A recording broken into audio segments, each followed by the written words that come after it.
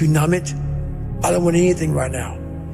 Those times when you get up early and you work hard, those times when you stay up late and you work hard, those times when you don't feel like working, you're too tired, you don't want to push yourself, but you do it anyway. That is actually the dream. When they saw me in the gym in the pumping iron days, they said, why is it that you're working out so hard? 5 hours a day, 6 hours a day, and you have always a smile on your face. The others are working out just as hard as you do, and they look sour in the face. And I told people all the time, I said, because to me, I'm shooting for a goal. In front of me is the Mr. Universe title. So every rep that I do gets me closer to accomplishing that goal, to make this goal, this vision turn into reality. Every single set that I do, every repetition, every weight that I lift will get me a step closer to turn this goal into reality. So I couldn't wait to do another 500-pound squat. I couldn't wait to do another 500-pound bench press. I couldn't wait to do another 2,000 reps of sit-ups. I couldn't wait for the next exercise. But where do you go to? You wake up on a morning, it's cold, it's wet, it's dark, you've got no cartilage in your knee, you've got shitty shorts, whatever it is that's the issue today. I know every motherfucker ain't gonna do what I'm gonna do. I know there's a whole bunch of people with that right there. That fires me up. That makes me fucking happy, what you just said. That brings joy to my life right there. Why? Because I know there's so many people that have the ability and just refuse to get off that couch. Refuse to study a few more hours. Refuse to go deeper, to go further. And that's where I gain the advantage. It's so easy to be great nowadays, my friend, because most people are weak. I get happier about the harder it is because I know that no one else will follow. It's a selection effect. And I think if you could shift from this is hard to no one else will be able to do this, then it flips from being this thing that you're like, oh, poor me, to oh, poor everyone else who's going to have to fucking try. Be the guy who embraces the ugly, the miserable. Be the guy who embraces hard work, the grind. Don't be afraid of being hurt. Don't be afraid of sacrificing some blood. There was probably 100 days where I didn't want to do anything. I wanted to stay in the pool or stay in my bed and not get out. But those were the days where you have to. You have to get up and do something, because I think that's really what separates the good from the great. The greats do things when they don't always want to do them. Rich people don't sleep 8 hours a day. That's a third of your life. I had 130 days in game, just sitting, looking at a screen, playing one character in one game. If you think ordinary's cool, ain't no problem. But if you are sitting in this room and you have extraordinary aspirations, then you're gonna have to do extra. Imagine if I could put this kind of focus into something in real life and just make that seem a little bit like a video game. Imagine the results I could get then. You have to decide if you are willing to do the things to put you in that category. You know, when you're kind of addicted to it, you can play at any time. You cannot be sleep 8 hours a day. You can't live in LA and wake up at 8 o'clock in the morning. It's 11 o'clock on the East Coast. The stock market been open 2 hours. They already making decisions about your life and your ass was asleep. And again, so I was just like, imagine if I could feel like that, but in real life, turn life into a video game. The Bible says, he who loves to sleep and the folding of hands, poverty will set upon you like a thief in the night. I have never met anybody who became incredibly successful in any area of their life until they had suffered and sweated and sacrificed and kept their focus and fought through tears and trials and tests. And if you have a dream and you commit to it, it will come to pass. A blade does not become strong. It does not become tempered until it's been through the fire. Until it's been through the fire. Nobody cares, you know? At the end of the day, nobody cares. What we're going through, how your body feels, nobody cares. We gotta do our job. Michael Jordan, I remember I interviewed him years ago, and I said, what makes you the best in the world? Is it skill? Is it talent? Is it ability? Is it background? Is it training? And he was so awesome. He said, Tony, I can tell you the truth, and it won't sound like hyperbole or false modesty. He said, I didn't even make the high school basketball team my sophomore year. I was cut. He said, what it is every day I demand more from myself than anybody else could possibly expect. I don't compete with other people. I compete with what I'm capable of. I went 5 straight years without missing a single day of workout, 365 days a year. Every single day I was in the water. There are days you're not going to want to do it. I mean, everybody has those days. But it's what you do on those days that help you move forward. Winning is in all of us. Everybody wants the end result, but what you have to endure to win, no one wants to talk about. If you know that you were destined for something, then you can withstand the setbacks, the difficulties, the bullshit, criticism, and all the other things. You know, everybody can compete when they're feeling good, happy, excited, but it's the best people who can overcome when they're tired, sore. Mental power that the greatest athletes have can push all the pain aside.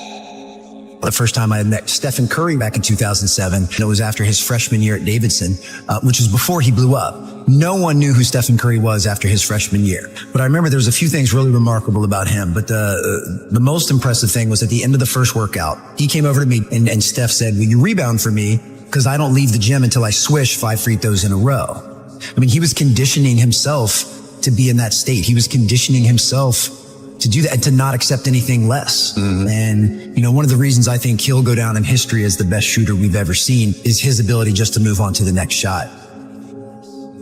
But at the root of it is you want to be the best. Yeah. You love competing and you want to dominate. The greatest athletes in the world don't make excuses. I wanted to do something that nobody had ever done before. And that started with a dream and a goal. I wanted to be the greatest of all time. And I think I always felt like I wanted to be good at everything I did and be great at what I did. And I never expected to be as good as I was. No matter what you do in life, where you're at, this is what winning takes. And it's in all of us.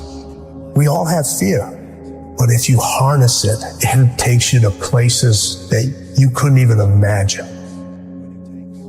There's mistakes, there's regrets, there's sadness, there's joy, there's frustration, there's sorrow, there's heartbreak, there's elation. It's all part of it. It's all part of life. You know, I said to myself, I'm going to do this and no one's going to stop me. And I think that's the biggest thing. In order to win, you have to be seen. Winning is everything. It's everything. People are champions when they really see themselves with no limits, when they really see themselves great. Because when you see yourself there, you are much more willing to do the work. You are much more willing to break barriers that others don't break because they don't really see themselves breaking those barriers. And this young guy, Djokovic, is 19 years old and he plays Roger for the first time in a Grand Slam. He's nobody. When Novak Djokovic started, Rafa and Roger were winning everything. It's impossible to win a Grand Slam with those two guys. You can't beat them. They're just way better than everyone. And he's interviewed before the match and he says, I'm going to beat this guy. And I remember the press went really bad against him. Who does he think he is? But he was seeing him there. He was seeing himself there. He was seeing himself better than them, which maybe people saw that as being cocky, but he was just very confident about his abilities. And he ended up being the best of the three. He beat all the records. He beat them on every level because his self-belief was extremely high. His self-esteem, the way he was seeing himself. That's how I know if someone is a champion. And a lot of people fake it, which is better than not faking it, but it's not as good as really believing it deeply inside. You talk to the young players, they will say, I want to be number one. I mean, they wish. Yeah. The ones who really want to, you know, because they're not only saying it, but they're putting on the work. And this is a big difference because when you really believe you can get there, it's much easier. It's never easy to work hard, but in a way, you are willing to do everything to get there. When you wish it, you do things halfway or you don't do it fully. So that's a big difference. But when you look at the road to winning, people look at you and they're like, you're a success. But your road has so many more steps. Those steps are infinite. Sometimes you get to see them, sometimes you don't. Sometimes they're there, other times they're wobbly. You don't know if that next step is going to be there, but you have enough belief in yourself to say, I know it's there. I'm going to take that step. I may miss the step. I may fall. I may get scraped. That step may go into quicksand, but I know there's another step. I know it. I believe inside me that there's another step that I have to take, that somebody else isn't making me take. Those steps are infinite. Winning is infinite. Those steps are infinite. Of course, if your self-esteem is big, like huge champions, I mean, legends like Serena or Venus, and I had this discussion with Richard Williams, their father, and he told me my main focus was to create two young ladies that were believing in themselves in general. And he said to me this, and I believe it, whatever they would have done, they would have been successful. We chose tennis, but if they would have wanted to be runners or singers or whatever, they would have succeeded because they had this incredible self-esteem that they have. And you'll see that whatever they're going to do after tennis, they're going to be successful. I think from the get-go, I believed I could do it. You know, it just seemed so real to me. I'd already gotten sponsors. I was already winning competitions, and I saw the pros, you know, making a great living at what they were doing. And I just figured, like, God, if I could just get to that point, you know, I think I could make a bit of a living out of this. Why would you do crazy efforts, working crazy hard to achieve something you don't really believe in? Why would you put yourself at risk to fail if you don't deeply believe that at the end you're going to make it? Not saying that people never fail. Of course they fail, and Serena failed many times in tennis too. But we remember what she achieved, which is much bigger. The great Serena Williams. I mean, I just never think I'm going to lose. I just don't want people to think I'm too cocky or anything. And you're only as good as your last win. So I hate losing. I mean, that's no secret. So, but you got to lose. I feel like every time I lose, I get better. And I think it's important for me to have losses. Just the fewer, the better for me. I think a lot of people they see you run and they say, oh, it looks so easy. It really looks effortless. But before it gets to that point, it's hard. It's like hard work. Day in, day out, sacrifice, day in, day out. The confidence comes from preparation. You know, so when the game's on the line, I'm not asking myself to do something that I haven't done thousands of times before. When I prepare, I know what I'm capable of doing, I know what I'm comfortable doing, and I know what I'm not comfortable doing. You know, right? And so in those moments, if it looks like I'm ice cold or not nervous, it's because I've done it thousands of times before. So what's one more time? No, I've never been afraid. I mean, obviously you're nervous, but afraid means you're not confident in your skills.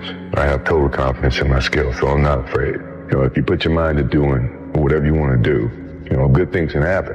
That shot gave me the idea that I could be better than what people think, and I can, you know, surpass any expectations that I may have for myself.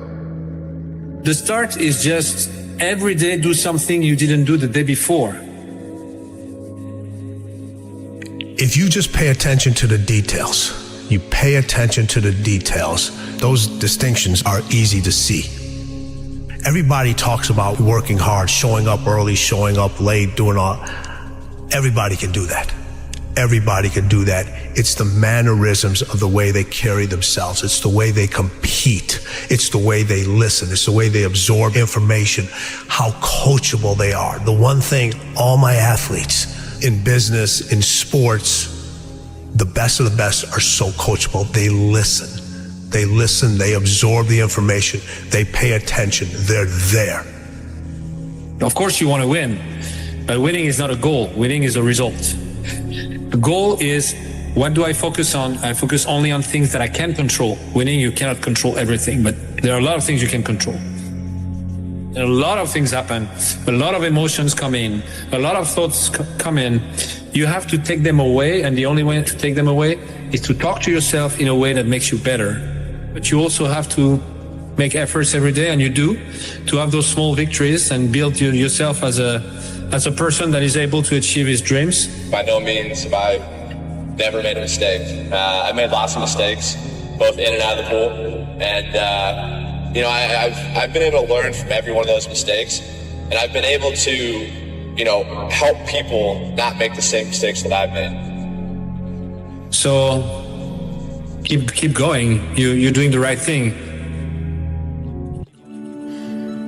Why can't you change your thinking? Everybody else does. Do you know what everybody says? It's suicide. You've seen him. You know how strong he is. You can't win. Because I'm a fighter. That's the way I'm made, Adrian. We can't change what we are. Maybe I can't win. Say what you can do. Do what you say. You can't do it, don't say you can do it. Don't over-leverage yourself. Don't over-leverage a decision and then jump in and kind of dip a toe. I think I'll try it out. No, think if you're going to try it out beforehand, but when it's time to go, dive. Don't leave it and go, ooh, if I just would have, That keeps me up at night. I think it keeps a lot of us up at night.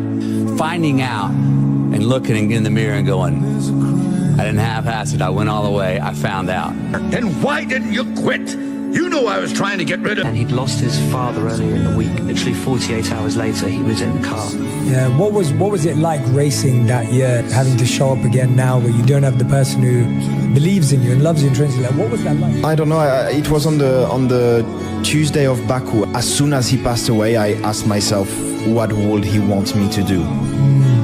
And I had no doubts. I mean, there was only one answer. Yeah. This was a kid who just lost his father, and he was a kid at the time. He's a teenager. To have that kind of mental strength, I'd never seen anything like it. He then went out, fell to last place, fought his way through, and won the race. And Charles Leclerc takes the lead. He's passed absolutely everyone to get himself back to the front. Yes! Yes! Wayne Gretzky said in a brilliant way, you miss 100% of the shots you don't take. One often meets his destiny on the road he takes to avoid it. Your mind is like this water, my friend. When it is agitated, it becomes difficult to see. But if you allow it to settle, the answer becomes clear. You just got to quit tripping while you're in the process, because the process is necessary. You may not see it now, but when he gets you on the other side of it, you're going to see exactly why it went that way, and you're going to be okay with it. Your strategy and your plan of action, continuously looking for ways to win. When will I know I'm ready? You won't. That's all it is, Miles. A leap of faith. So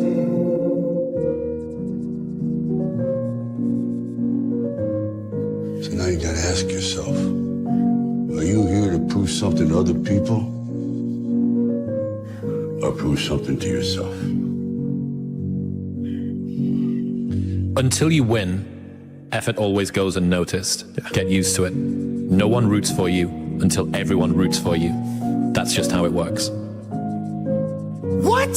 You set me up to fail? Why? If you only do what you can do, you will never be more than you are now. The only insults that hurt are the ones we believe.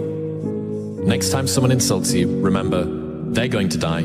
Everyone will forget about them. And if no one will remember them, then you might as well forget about them now. They are irrelevant. Your dream, your actions, your outcomes. You cannot wish for a strong character and an easy life. Each is the price of the other. What if what you're going through isn't hard? What if you're just sensitive? List all the things that you aren't willing to give up for the dreams that you have, and that is what the person who will beat you is willing to give up. You know what your problem is? You're smart. Too smart. You overthink because your mind moves at 1,000,000 miles a minute. You're sad because you're not fooled by the world like everyone else. You don't get along with most people because they just don't look at things the way you do. You think you're dumb because you're smart enough to know you don't know everything. Your problem is you're too smart, and happiness in intelligent people is one of the rarest things I know. People want to find their passion, but you don't find it, you create it. And you create it by getting good at something. And to get good at stuff, you start by doing something you suck at. Then you get good, then you like it, then people ask how you found your passion. Answer, by starting when you sucked and not giving up. Have you ever thought that I want more from life than a nice apartment and a job serving tea? There's nothing wrong with a life of peace and prosperity. I suggest you think about what it is that you want from your life and why. I want my destiny. What that means is up to you. There's a Bible verse I think about sometimes. Many times. It goes, "Then I heard the voice of the Lord saying, whom shall I send? And who will go for us?"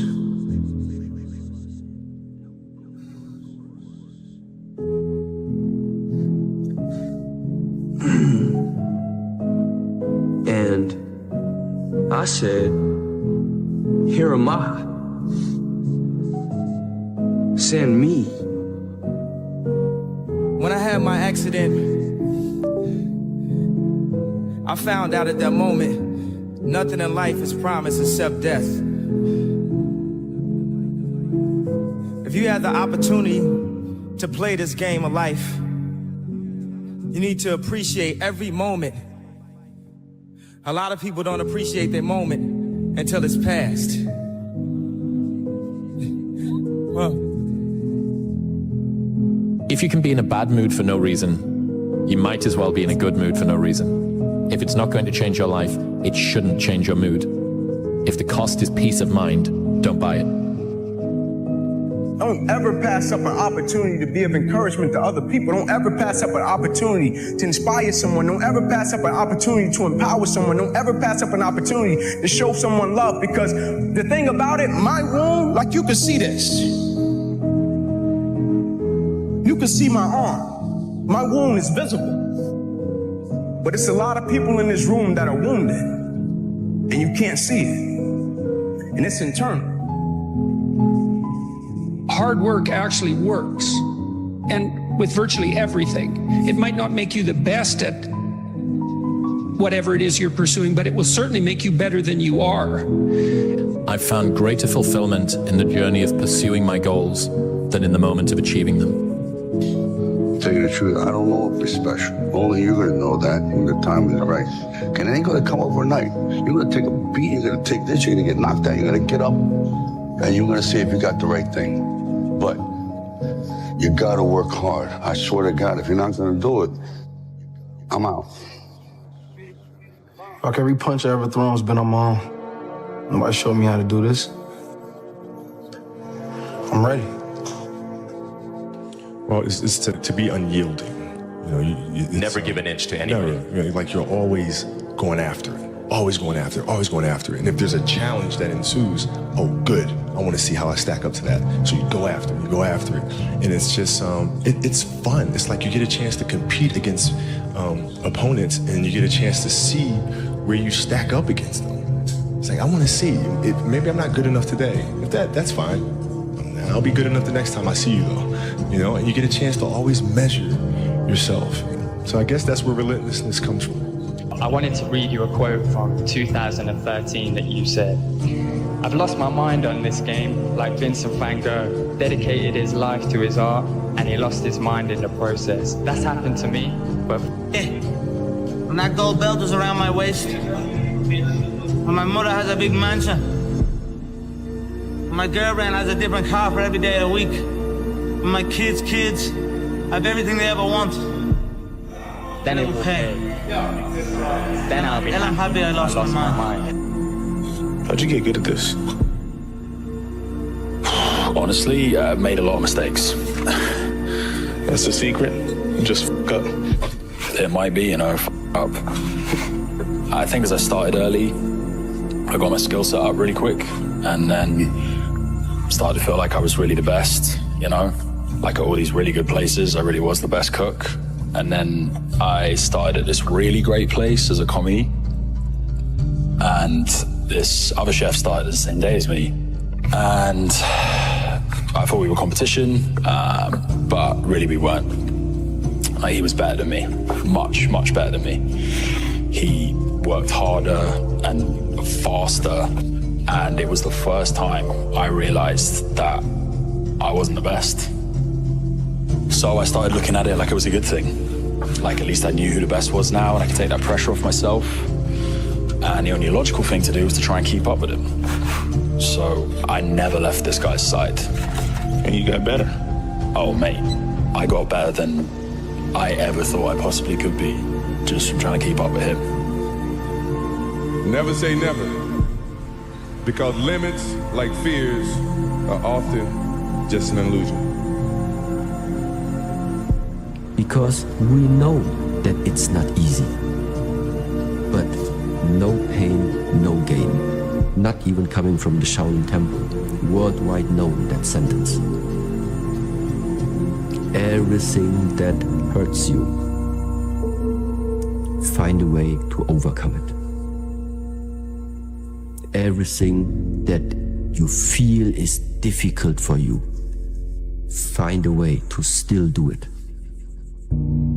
There's a choice that we have to make as people, as individuals. If you want to be great at something, there's a choice that you have to make.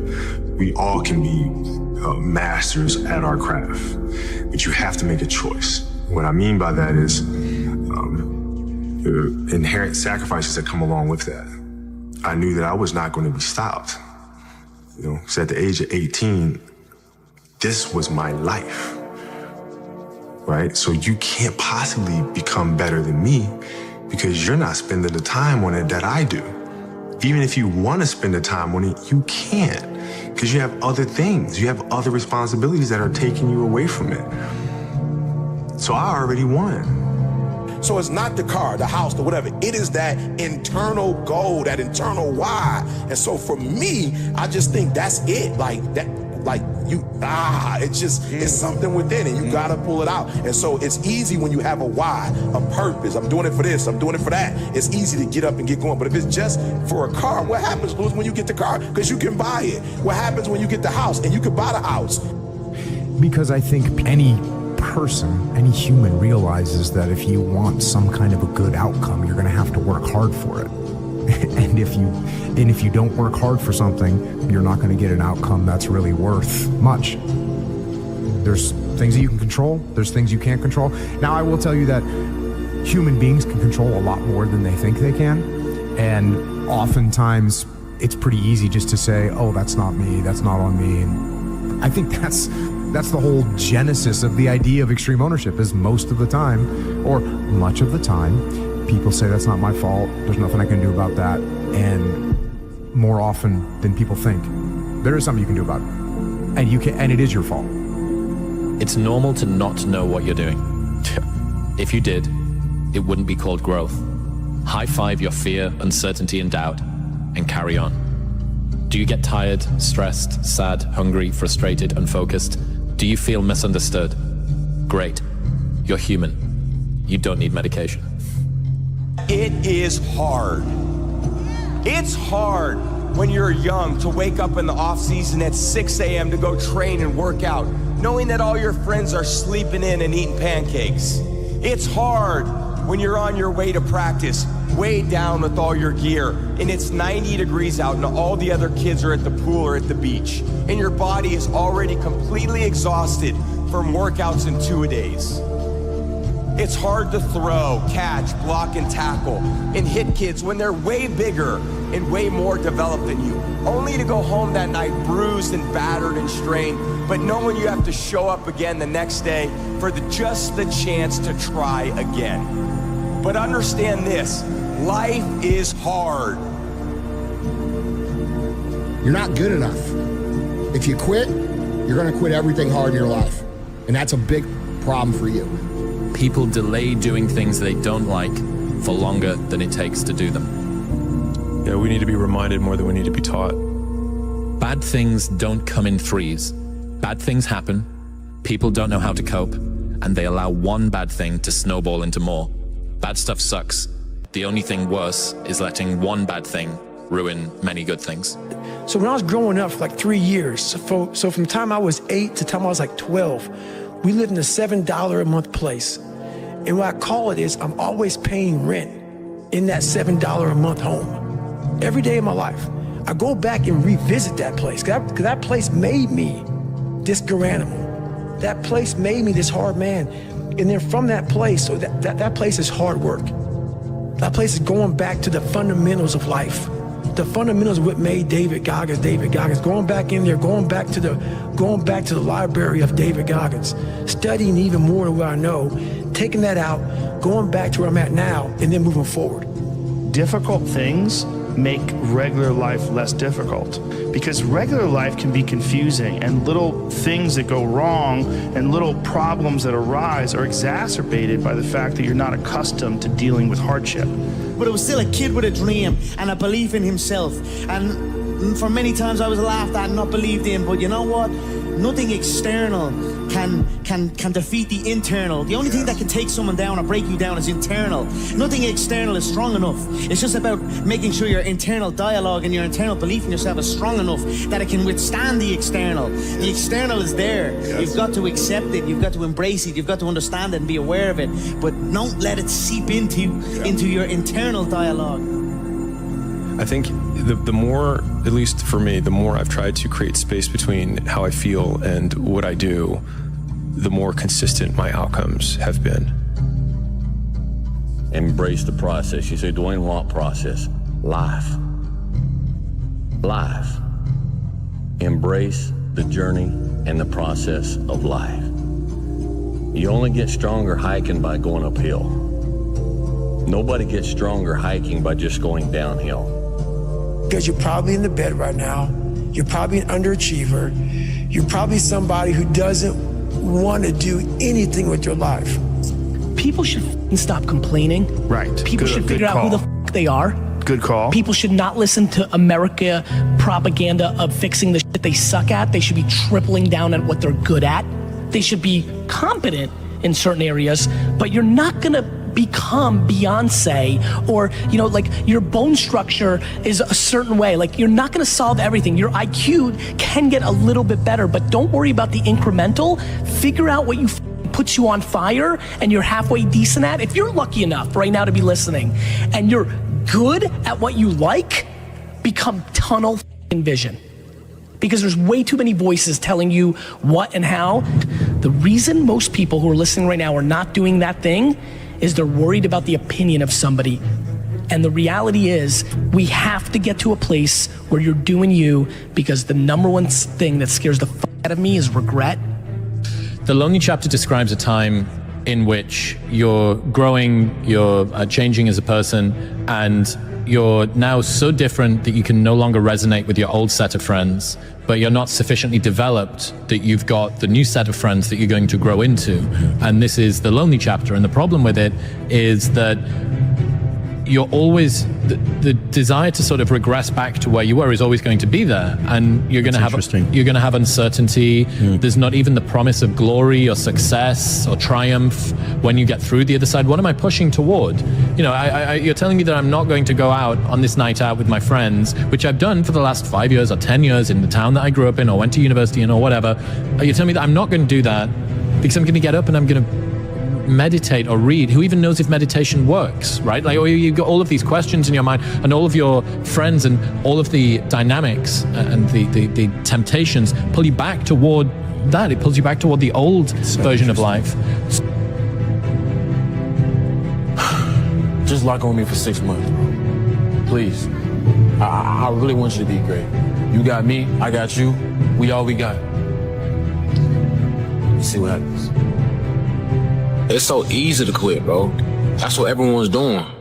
And we're not trying to be like everybody else. Can't progress in life without progressing. Don't let me go over your head. You can't progress in the grand scheme of life if you don't progress in your everyday life. If you don't try to take a step to be better, your overall life won't be better. If you put your head down and lock in on the vision, how could you not win? Only thing that's gonna cause you to lose is your mentality. Why I hate being around negative people. Being an asshole is a weak person's idea of strength. Complaining is their connection. Never let yourself be held back by other people's fears. People criticize what they're afraid to do themselves because bold action reminds them of their own inaction. If you're afraid to be criticized, why do you care about the opinions of those who are too timid to do it themselves? If you are the criticizer, does tearing down someone who has the courage you lack make you better? You have a whole life in front of you. You have years to take party in this life and to do stuff, to accomplish stuff, and to enjoy stuff.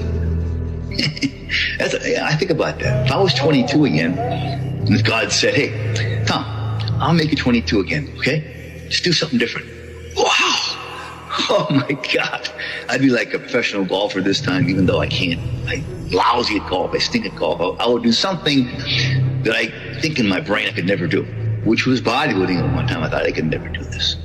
It's too insurmountable, it's too crazy, but something in the back of my mind always said, do it, do it, do it, do it. Hey, when you get out of bed, life's standing right there to kick you in the face, man. Could be anything. Could be you get up and you walk downstairs, you got a flat tire and you're late for work and you got this and that.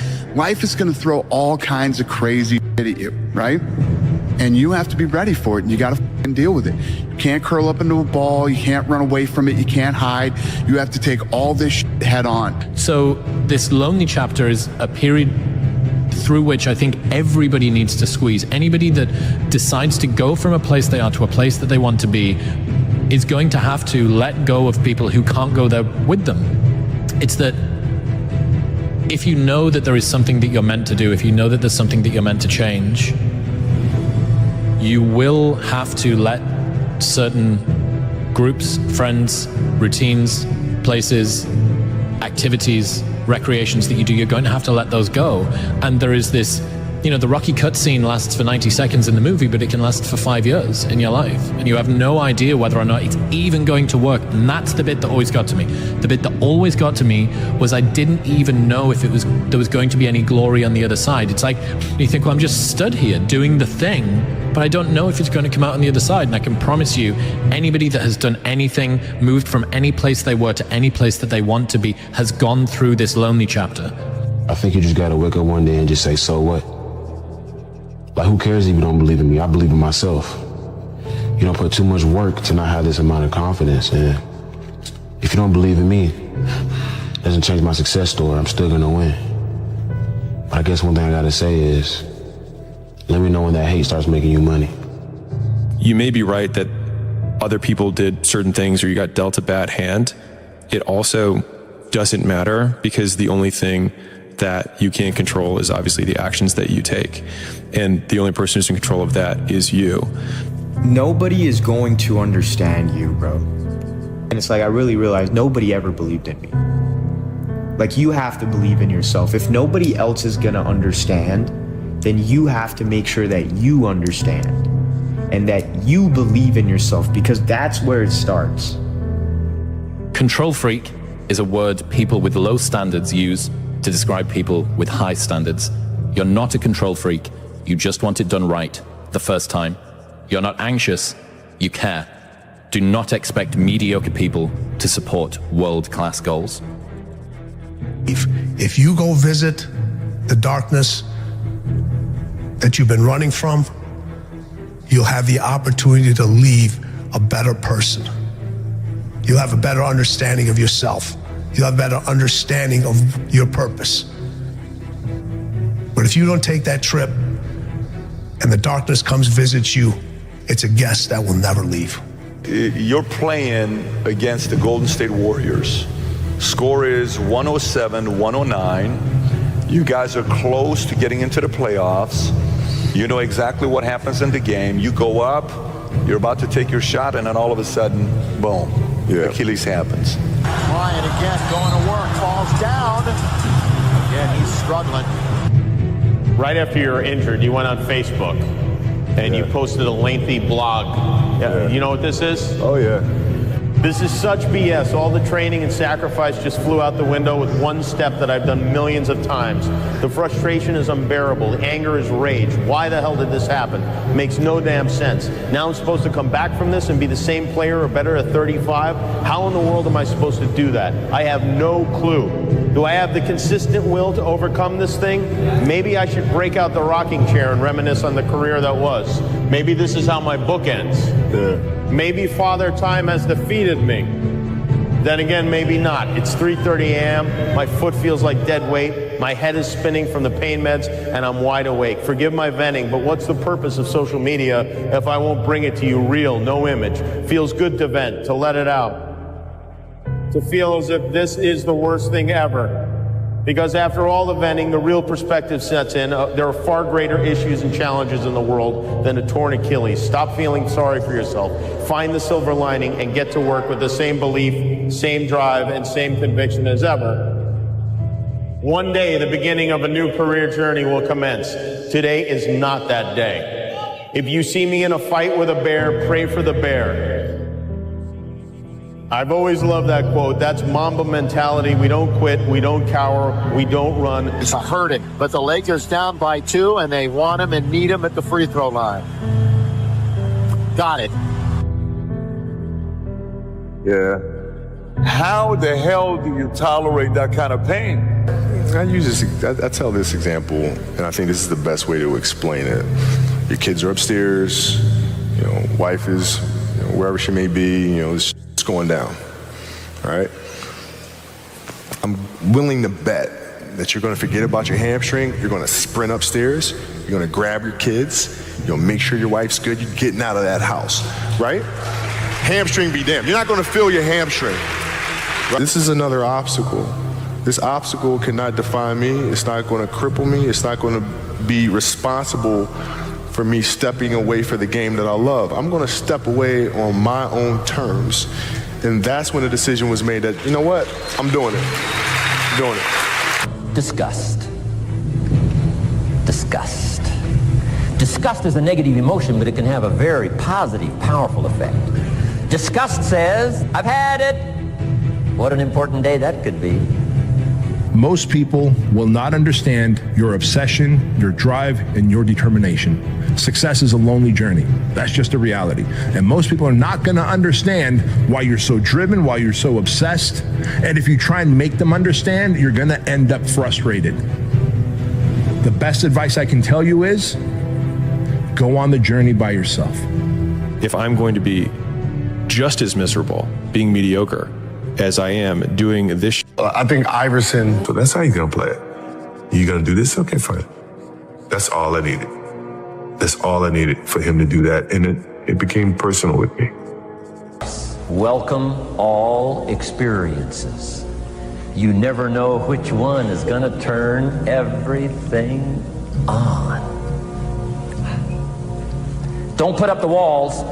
The same wall that keeps out disappointment keeps out happiness. Take down the walls. Go for the experience. Let it teach you. And here's the last one. Resolve. Resolve says I will. Two of the most powerful words in the language. Benjamin Disraeli said, nothing can resist a human will that will stake its existence on its purpose. Shortly put, I'll do it or die. My whole thing, Joe, is I'm so grateful. I'm so optimistic, man. I'm always looking for light in every situation. And I think that's the way I deal with things. I always believe there's going to be good at the end of the day. That's just how I am. And I'm just so grateful. Where most people would be so upset with themselves and all this type of stuff, I'm really not. I believe that my best years, my prime is even still ahead of me. So I'm not even tripping about it. Do not be the caught cynic. The ability to express wonder and amazement and seem like you mean it is a rare and dying talent, but one still greatly valued.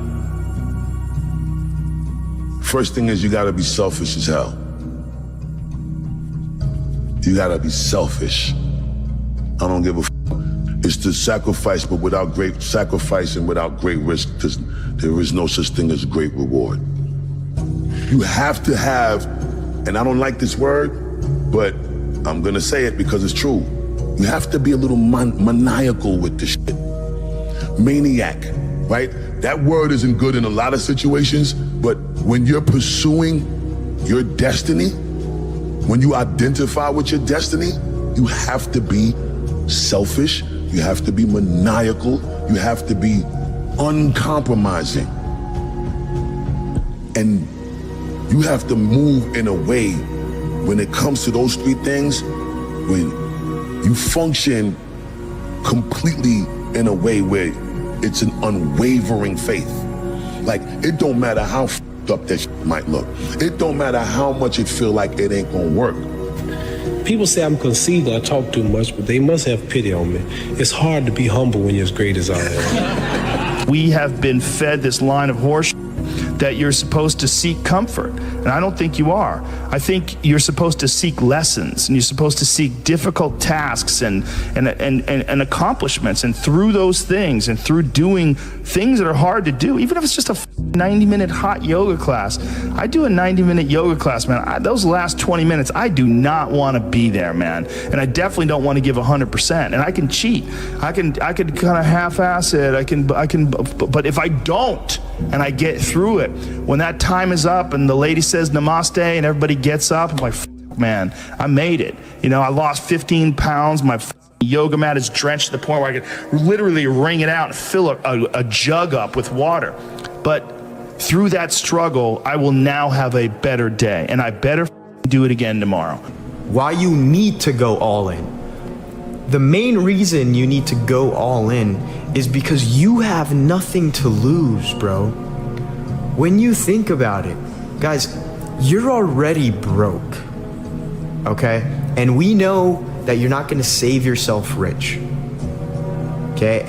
And we know that if somebody else is all in and you only have half of your foot in to the water and you're not ready to jump, that guy's gonna beat you every single time. If your job is to try to be the best basketball player you can be, right? To do that, you have to practice, you have to train, right? You want to train as much as you can, as often as you can. So if you get up at 10 in the morning, train at 11, right? 12, say 12, train at 12, train for 2 hours, 12 to 2. You have to let your body recover. So you eat, recover, whatever. You get back out, you train, start training again at 6. Train from 6 to 8, right? And now you go home, you shower, you eat dinner, you go to bed, you wake up, you do it again, right? Those are 2 sessions. Right, now imagine you wake up at 3, you train at 4, you go 4 to 6, come home, breakfast, relax, blah, blah, blah. Now you're back at it again, 9 to 11, right? You relax, and now all of a sudden you're back at it again, 2 to 4, and now you're back at it again, 7 to 9. Look how much more training I have done by simply starting at 4, right? And so now you do that, and as the years go on, the separation that you have with your competitors and your peers just grows larger and larger and larger and larger and larger. And by year 5 or 6, doesn't matter what kind of work they do in the summer, they're never going to catch up. But I think that's good advice. Don't be a follower, be a student, right? Take advice, but not orders. Take information, but don't let somebody, order your life. Make sure what you do is the product of your own conclusion. Make sure what you do is the product of your own conclusion. Not to do what someone else says. Take what someone else says, process it, think about it, ponder it. If it makes you wonder, if it makes you think, then it's valuable. Then when you go take action, make sure that the action is not what somebody told you to do. Make sure the action is the product of your own conclusion. The biggest difference between people who win and people who lose is that winners expect to win. Winners are not surprised when they win. Like when I win, I don't overly celebrate because I expected that to be the outcome. Amateurs, when they win, they're surprised and then they over-celebrate. And like I said, when they over-celebrate, they become ineffective because they're taking their eye off the game for way too long, right? I won the week this week.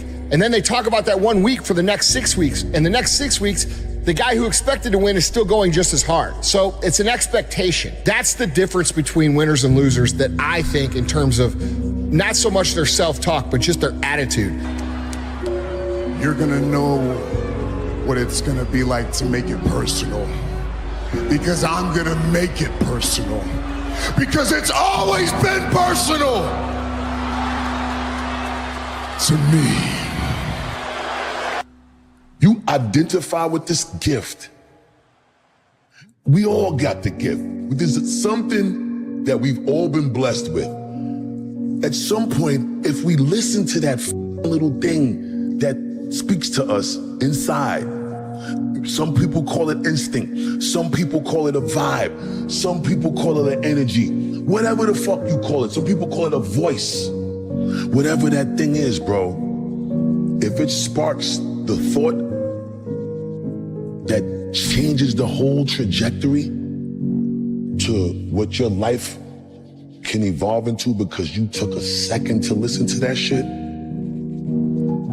you are identifying with your blessing, you are identifying with your gift, and at that point, Learn what the fuck it is and become one with it and walk in your purpose, bro.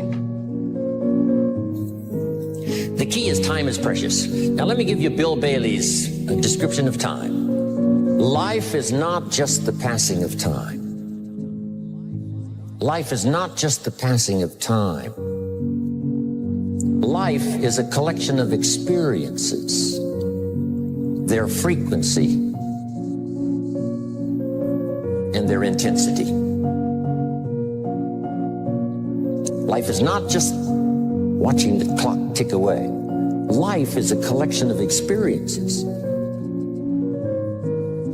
their intensity, their frequency. When my friend Mark died at age 44, someone says, that's young to die. But what if he lived 4 lifetimes in one? It might not be too young. So here's whatever the span of your life turns out to be, here's what you want to fill it up with: experiences and the intensity of those experiences. And if you lose that, not only are you not going to be successful in life, you will also lose yourself, and you will be you'll be unhappy, you'll be you'll be alienated from who you are. And you can get away with that when you're young because you're happy, you look good, you've got energy, things are going right. You get into your 30s and you're like everybody else, and you don't know who you are and you don't know what you like anymore, and you're just following the trends. You start to get depressed and you start going down this rabbit hole, and things can turn really ugly. So you need a bit of courage in life. You need to go, okay, I am weird. I am strange. Lean into it. So when I had the 48 Laws of Power, when I first wrote the book, without it being published yet, it was a very strange looking book, and it reflects my own strangeness. Things on the margins, stories, everything broken up, images, quotes here and there. And what a time now for us to take this dream and not let it die. Take this dream and give it life. Take this dream and breathe into it your own personal spirit until finally it becomes a flame that burns around the whole world. Let's go do it now. Well, I mean, 'cause I think the greatest fear that we face is ourselves, actually. I think it's not anything that's external or anything that's superficial. I think the greatest fear you face is yourself, because we all have dreams, and it's very scary sometimes to accept the dream that you have. And it's scarier still to say, okay, I want that. It's scary because you're afraid that if you put your heart and soul into it and you fail, then how are you going to feel about yourself? Right? So being fearless means putting yourself out there and going for it. No matter what, go for it. Not for anybody else, but for yourself. Then here's a philosophy that really changed for me everything. Be so busy giving other people recognition, you really don't need it for yourself. I learned to recognize people for small steps of progress. Every little thing I could think of. Figure out rewards for small steps. And what works is if you dedicate your time and your focus, like realistically, with a professional, disciplined effort to creativity. You show up every day like a professional, but you show up to be creative. If you just do it on a regular basis, ideas will come to you. Where are these ideas coming from? Well, his concept was to think of it as you're a professional and you're getting these ideas from the muse. And this is what you do. You show up and you do the work, you focus on it, and these ideas will come to you. And that little voice becomes completely drowned out. And so you don't know who you are anymore. And you're afraid, particularly young people today. I mean, maybe it's always been that way, are so afraid of being different. They're so afraid of being odd. But look at all the powerful people in this world. Look at your Elon Musks. Look at your celebrities in entertainment, in business, in politics. They're one of a kind. They have I hate that word, but it's like a brand. They're different. They stand out for something that's truly different. Even Albert Einstein, there's nobody else like Einstein. There's nobody like Da Vinci. Okay? That's where your power lies. And you'll go, oh, but Robert, those are people that were brilliant, that were talented. I'm not like that. I don't have that. Well, bullshit. You do have that. It's just you're forgetting about it. You don't want to put the effort into it. And there's no one more narcissistic than someone who's smart. And if you are smart, that's a real temptation. It's a real temptation. It can make you bitter as hell. The most bitter people are the smart people who aren't successful, because they feel that their shining light wasn't given due course and that the world should fall at their feet, and didn't. The way the world works, you don't get a gift without a corresponding temptation. And intellect is certainly, it has the same characteristic. You can go very spectacularly wrong if you're smart. And it's pride that does that. When you set a dream and you say, this is what I'm going to do this, I'm going to do that, and you make a plan, and then plans are good. But if you come to a certain point where there's a tree across the road or the bridge is out, you can't say, well, there goes my dream. You've got to be flexible. Well, what am I going to do? What adjustments am I going to make to be able to still get to where I'm going, to be what I want to be? You need some flexibility. You need discipline. You need personal discipline.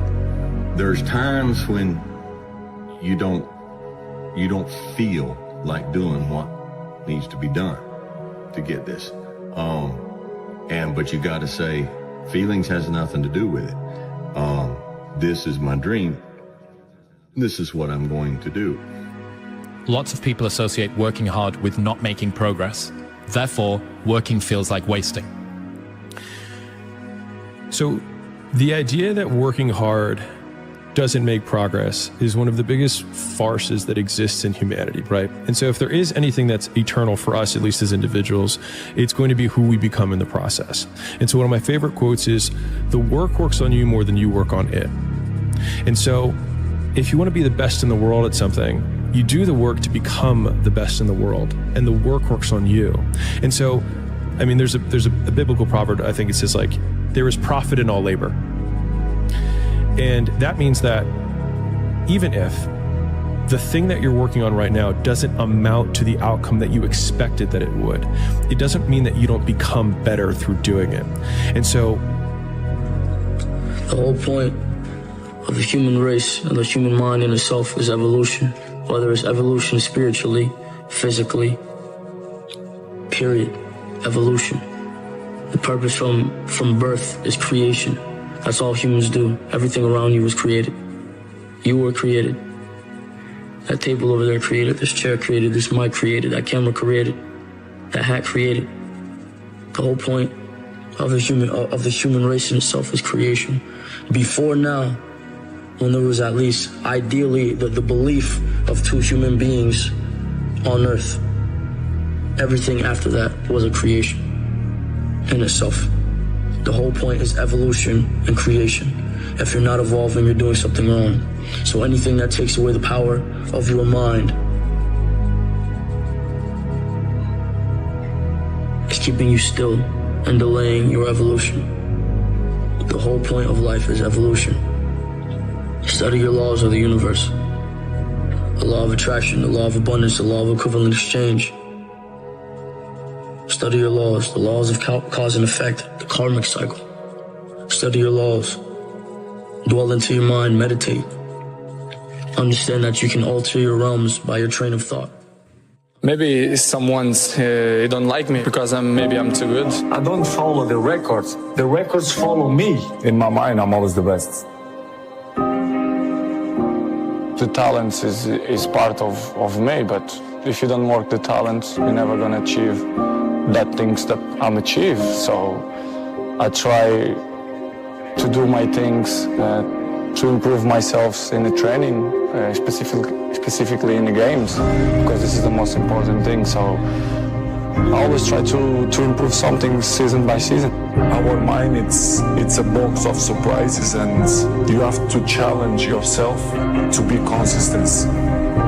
I repeat, sometimes it's hard. It's what many people say, you like to go to the gym every day. Of course no. It's not true. Nobody likes to go to the gym every day. But you have to do it. Your mental strength is coming from that moments, that in a hard moments, you know you should do it.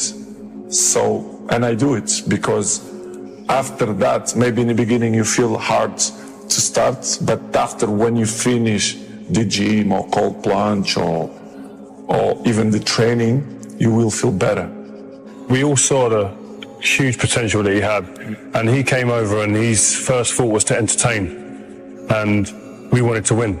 And we knew that with him in our team, if he had end product, we had a far better chance of being successful. We are not happy every day. We are, not in a good mood every day. It's normal. It's part of us. I fight against that. It's the big challenge. It's when you're not willing to do something, but you have to do it. This is the main point. Do you think what makes you different to the others, to the next rung on the ladder, if you like, of very good players, is the dedication level that you put in? I think I'm good, but I think my main strength, it's my mind. I think it's my strongest point, it's my mind. Pierce, the numbers they don't lie. If you see during the last 15 years, my level is always kind of the same. So effort, dedication, work hard, because the talent is not enough anymore. And if you're not dedicated 100%, you're not gonna reach the level that you want. Nobody's perfect. We failed too many times. We have so many uncertainty in our life that we have to be capable when we are down to step up. It's part of the journey, it's part of the process, it's part of our education. In my case, I learn the most when I'm down. And it's good that these certain moments happen, because when you are in the top of the wave, you don't see under what's going on. I'm always say to my friends, it's good to have problems. It's the only way that you can improve. The secret is dedication and hard work, to be able to work 100% all the time. This is, if it exists words, this is my secret. He's a legend. He's one of these big names that stays forever in football history. But the guy he motivates himself with numbers, with new things. He wants to win the gold ball X times and the golden boot X times, and he wants to not just to play these Euros. He's already thinking that he wants to play the next World Cup. Does he get angry when people say maybe Messi's better? Would that infuriate him? I don't think so. I just think that critics motivates him. I think he feels if people criticize me, it's because I am who I am, and I did what I did, and I still try to do, and he gets that as an extra motivation. I think as an opponent, you should be quiet and don't say a wrong word about him, because that would be always a motivation for him. I think he's the player that everybody knows he is, and mentally really very, very strong. Once again, as you say, it's Cristiano Ronaldo, and it's controversy once again. Why is it always the case with you? I don't know why. Maybe someone's don't like me, but because maybe I'm too good. It is what it is. The life it's completely difficult. We have obstacles in our lives, and I will keep running to fight against the people who don't believe me. And the life is a challenge, and I want the people that they're wrong. I'm there every morning. I do it the same stuff. I'm probably the first ones to arrive and the last ones to go out. It's great.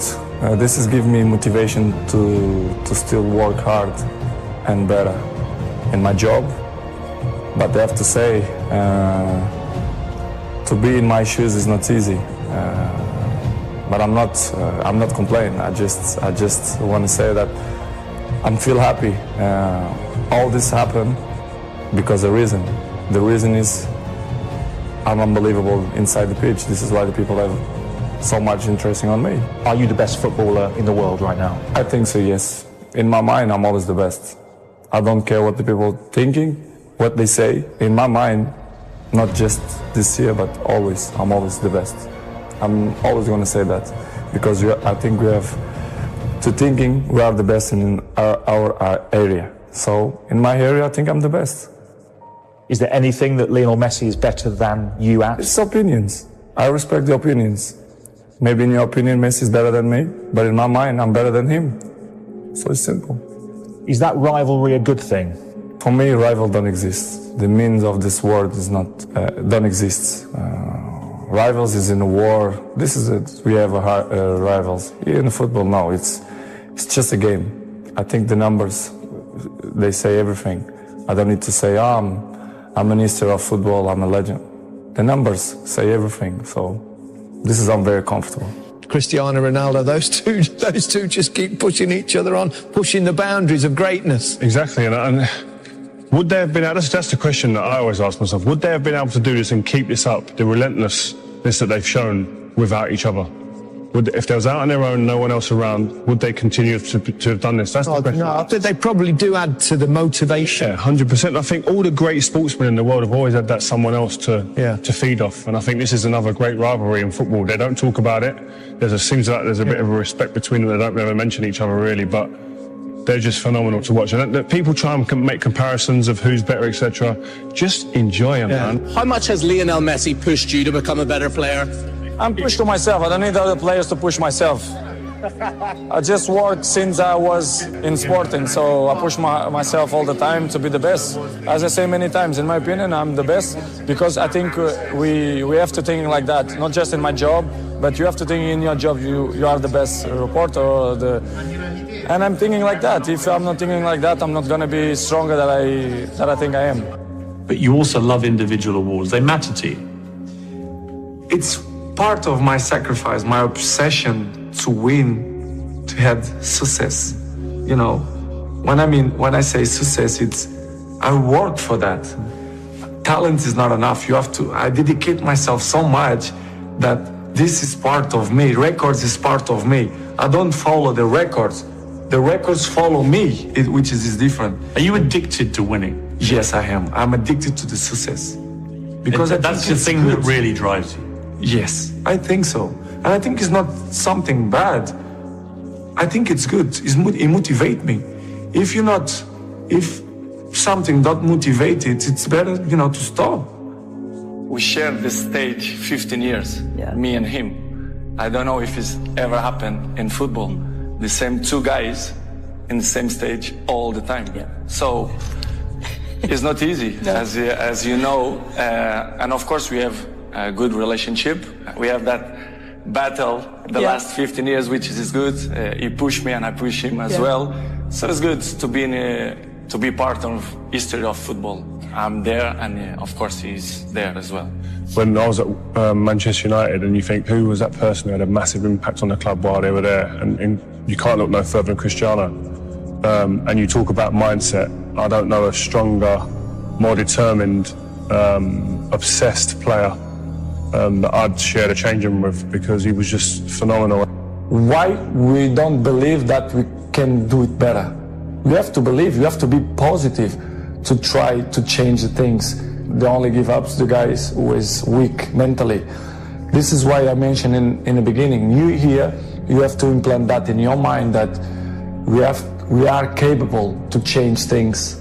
Well, my best words is dedication and hard work. To achieve this kind of things, you need to work hard and, be a great professional, be serious in your job. And this is what I try to do.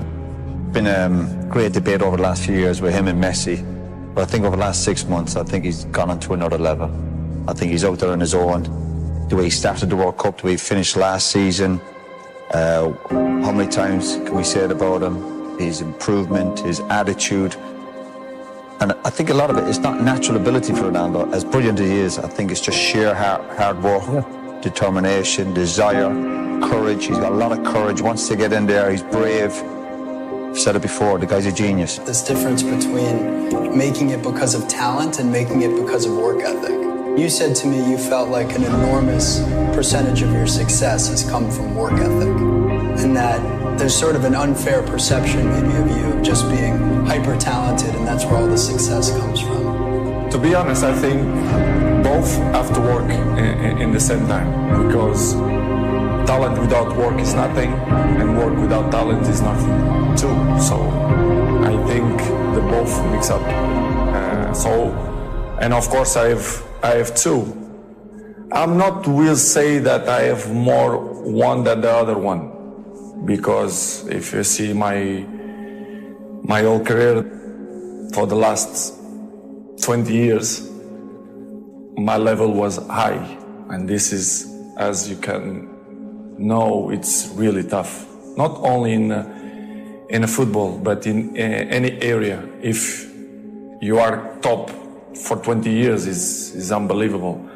My biggest motivation is to carry on, to still enjoy, to make people happy, to make my family happy. So for me, I have both talent and work ethic.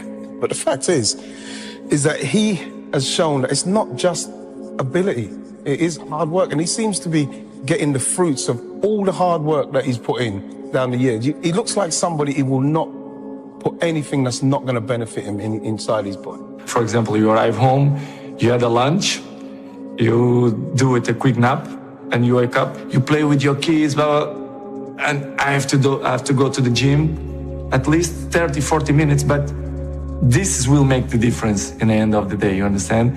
If you not do it that work, you miss one. The next day, it's 2 sessions that you lost. And I know in the end of the day, in the hand, they're gonna make a huge difference. This is why I'm 34 and I look 28. Every year is a challenge for me to be better than last year. So I know it's tough. Last year was amazing. 2 years ago was amazing too.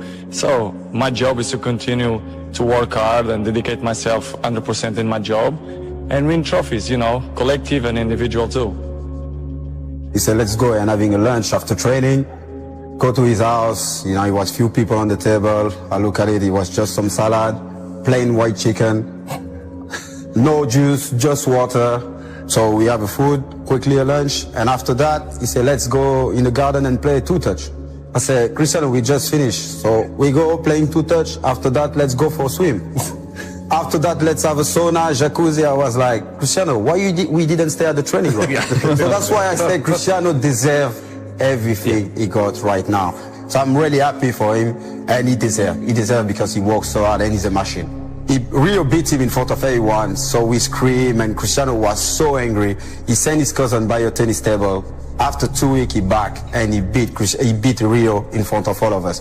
So that's Cristiano Ronaldo. He don't want to lose any game. The discipline is the most difficult thing, not only in sports, but in life. I give you the map. You are willing to do that?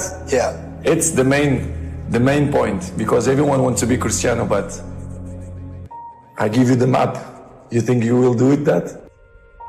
I've done a lot in my career. We shed tears of joy. That's a part of the fight game. Blood, sweat, and tears. I must always give thanks to the man above. Always first. Because without God, all this wouldn't be possible. To get something, you have to sacrifice something. And what I did, I put everything aside my whole life. Boxing has always been first. I worked extremely hard to get to this point. And every day I know I'm blessed. I'm truly, truly blessed. And I don't take anything for granted. If you think small things happen. I always dream big. I always believe. I believe in my team. I believe in these fighters. My ultimate goal is to become a $100 million fighter. Once I seen guys like Mike Tyson, and I seen it myself with my own eyes. When I seen that Bentley at the boxing gym, and I seen that diamond Rolex, I said, I want that. And I knew what it took. So I know when my opponent is asleep, I'm out there at 4 or 5 in the morning, chopping trees, working. To this day, because I can retire today. I'm well off, very comfortable, but I got the will to win. Some say the motivation is the belt. Some say motivation is the trophy. Well, I say motivation is the money for me, because the money was able to retire my mother, put my dad in a comfortable position, even though I transcended and changed the sport of boxing. But being a champion is not just receiving a lot of money or receiving a belt, because I did it thousands of times for free. Before I got to this point, it started by us, my team, me, Leonard, and Nicole going downtown in Las Vegas, Nevada, and feeding the homeless. Those are the things that they don't talk about Floyd Mayweather, because that's what it's about. We give back, but we don't look to the media to get praised. As long as God know we doing a good deed, because when I go do deeds and I don't glorify it to everyone else, I get blessed when I get in that square circle. That's why I keep winning. The 1996 Olympic Games, the semifinals, I think I was one fight away from the gold medal. I'm glad that happened to me. I think that's the best thing that ever happened to me. Because that right there pushed me. I mean, it just pushed me to a limit that I can't even really even talk about. It pushed me. It made me want to be the best. We all go through certain trials and tribulations in life that we have to deal with, and certain things make us stronger. And in 1996, them cheating me made me stronger. If I had to do it all over again, I say do it the same way. You guys are recession-proof also. Find a way. Find a way. Know what y'all want to do. You can be 30, you can be 40, you can be 50. You still got a chance. You got 24 hours in a day. 8 hours you sleep, right? And most people work a 9 to 5. So 8 hours you working. So we had 16 hours. We got breakfast, lunch, and dinner. So we'll be at night, there's 19. It take you an hour to get ready. So we had 20 hours. You guys cannot spend 4 hours going talking about, oh, they lying. Oh, I like this photo. Oh, they faking. Sending photos to other people. Y'all got to get focused. I'm where I'm at because I'm focused. Tunnel vision. I'm focused on what I got to do. You know, this dream that I had started years and years and years ago. You know, no matter what my dad did, you know, because he done whatever he had to do to give me a finer life, to give me a better life, to give me the best life that he could give me. And everything happens for a reason. Even when my dad was incarcerated and he went away, I still would hear his words in the back of my mind. Continue to work hard. Nothing is gonna come easy. Every day I say to myself, after my last fight, I say, this is nothing but organized, legalized street fight. I'm able to make hundreds of millions doing what I like to do in front of the police. Everyone sees us on All Access, or when I was with HBO 24/7, they see all the flashiness, all the shit talking, the trash talking. I had a game plan. And when I say TBE, it's no disrespect to no legendary champion, because every fighter that's in this room has to feel that he's the best. If not, you in the wrong sport. If somebody right now in here hit the lottery, the first thing they're gonna say is give it all to me, because they don't know no better. Because rich and wealth is two different things. When you're rich for a short period of time. Rich is short term. Wealth is long term. You can have 100 million, but if you don't got no game plan, it's gonna be gone. Being around certain individuals, like even being around my billionaire buddies, you know, every time I got around my billionaire buddies, I was more like, it's cool to come over your house, but I need a house like this. Yeah. It's cool to ride on your yacht, but I need a yacht like this. Yeah. It's cool to ride on your jet, but I want a jet like this. And I've said, no, I don't want to ride on yours. You show me how to get it. You can't be my friend if you can't show me how to get it. Because once they show me how to get it, then I can install it in my children. So it's about wealth. You know, I'm no longer rich in wealth. Most people probably have $1 million if their money management skills is right. You know what I'm saying? But they spending the money fast as they get it. You get a couple $100,000, you go buy a $100,000 watch. It's easier to make the money. It's harder to save. You know what's crazy is because coming from where I'm from, we thought all we needed was $1 million. We just wanted to become a millionaire. That means 1 million. Until you get it and you realize it ain't enough. We're living in a generation and a time where like people think it's only cool to be a boss. You know what I'm saying? And that it's uncool to be an equal partner with somebody.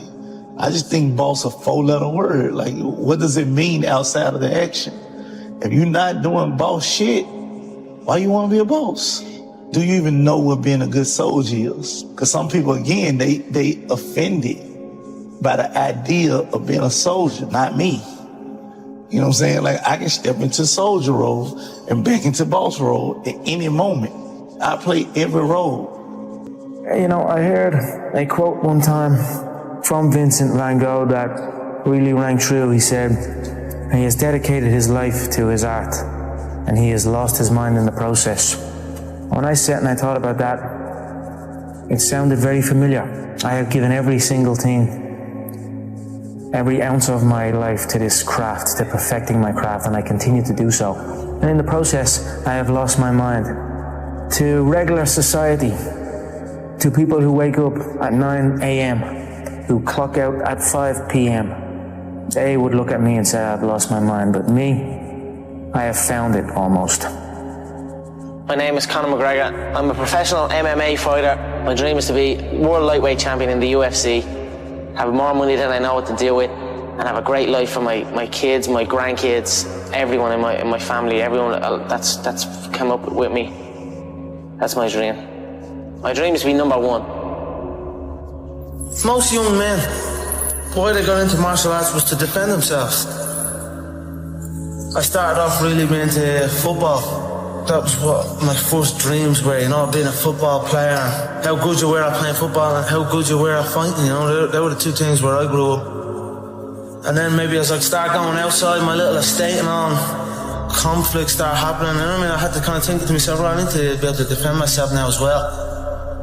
Not even to get back at anyone around, just to kind of be like, alright, this guy knows what he's at, just leave him alone. No, that's it, I don't know what I'm doing other than that really. Now I'm obsessed. I was working in the plumbing business at the time, yeah, but it would have been around that time that John, I left the plumbing business. How bad was that? The plumbing? Yeah. Horrendous. It was just a horrible, horrible time, and I was like, you know what? I don't want to do this, and then I just left, and then I just stopped going, didn't get out of bed. Then my dad would come in and try and bait me out of bed, and we'd have fights, and literally, for a good while I didn't really speak to my dad. We just kind of stayed away from each other. Anytime I come across my dad, anytime we did speak was to fight. Why did he get to that point, to where he was that mad? Because I was doing absolutely nothing. I was out getting into trouble. Yeah, basically felt like I was doing fuck all. I was a waster, you know, I was a waster. Got that, called that a lot, you know what I mean? But the real stress and the real fights come from the mortgage, come from this stress of home. A lot of people are getting evicted from their homes around here. So that's something that I grew up with. That was a big stress in my family. It caused a lot of stress, so I just wanted to give it back and help out and just do that. And my mother and father are still young. Now they have their feet up, they can relax, they are in a new place, so it's good. That's something I always dreamed of. I always visualized what giving would feel like, given to people who have given to me, what that would feel like. I always dreamed of just showing up one day and be like, here. I always visualized good things, success, abundance. I visualized it all, and it's all happening.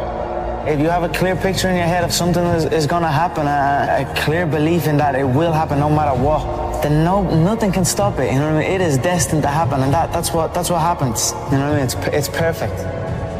I'm fighting myself. You know what I mean? Because you are fighting yourself. There is no opponent. You know what I mean? It's you versus you, and I'd say I'm fighting myself in there.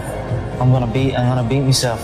Not even martial arts, life, you know what I mean? It's always you versus you. If you're competing against other people, you know what I mean? Competing against others, and you're gonna become bitter. Eventually you'll become bitter. But if you compete against yourself, you'll become better. There are no restrictions. There are no limits. There's no one trying to get something from me, or trying to make me do this, or make me do that, or send me here, or send me there, or stop me from going full. I'm free. I go in and do as I please. This is my time now. So it's a beautiful experience, and it's almost an out-of-body experience, and it becomes very, very addictive. So that's what you're seeing here. I'm addicted to that feeling, and I will do anything to get in there and get that feeling again.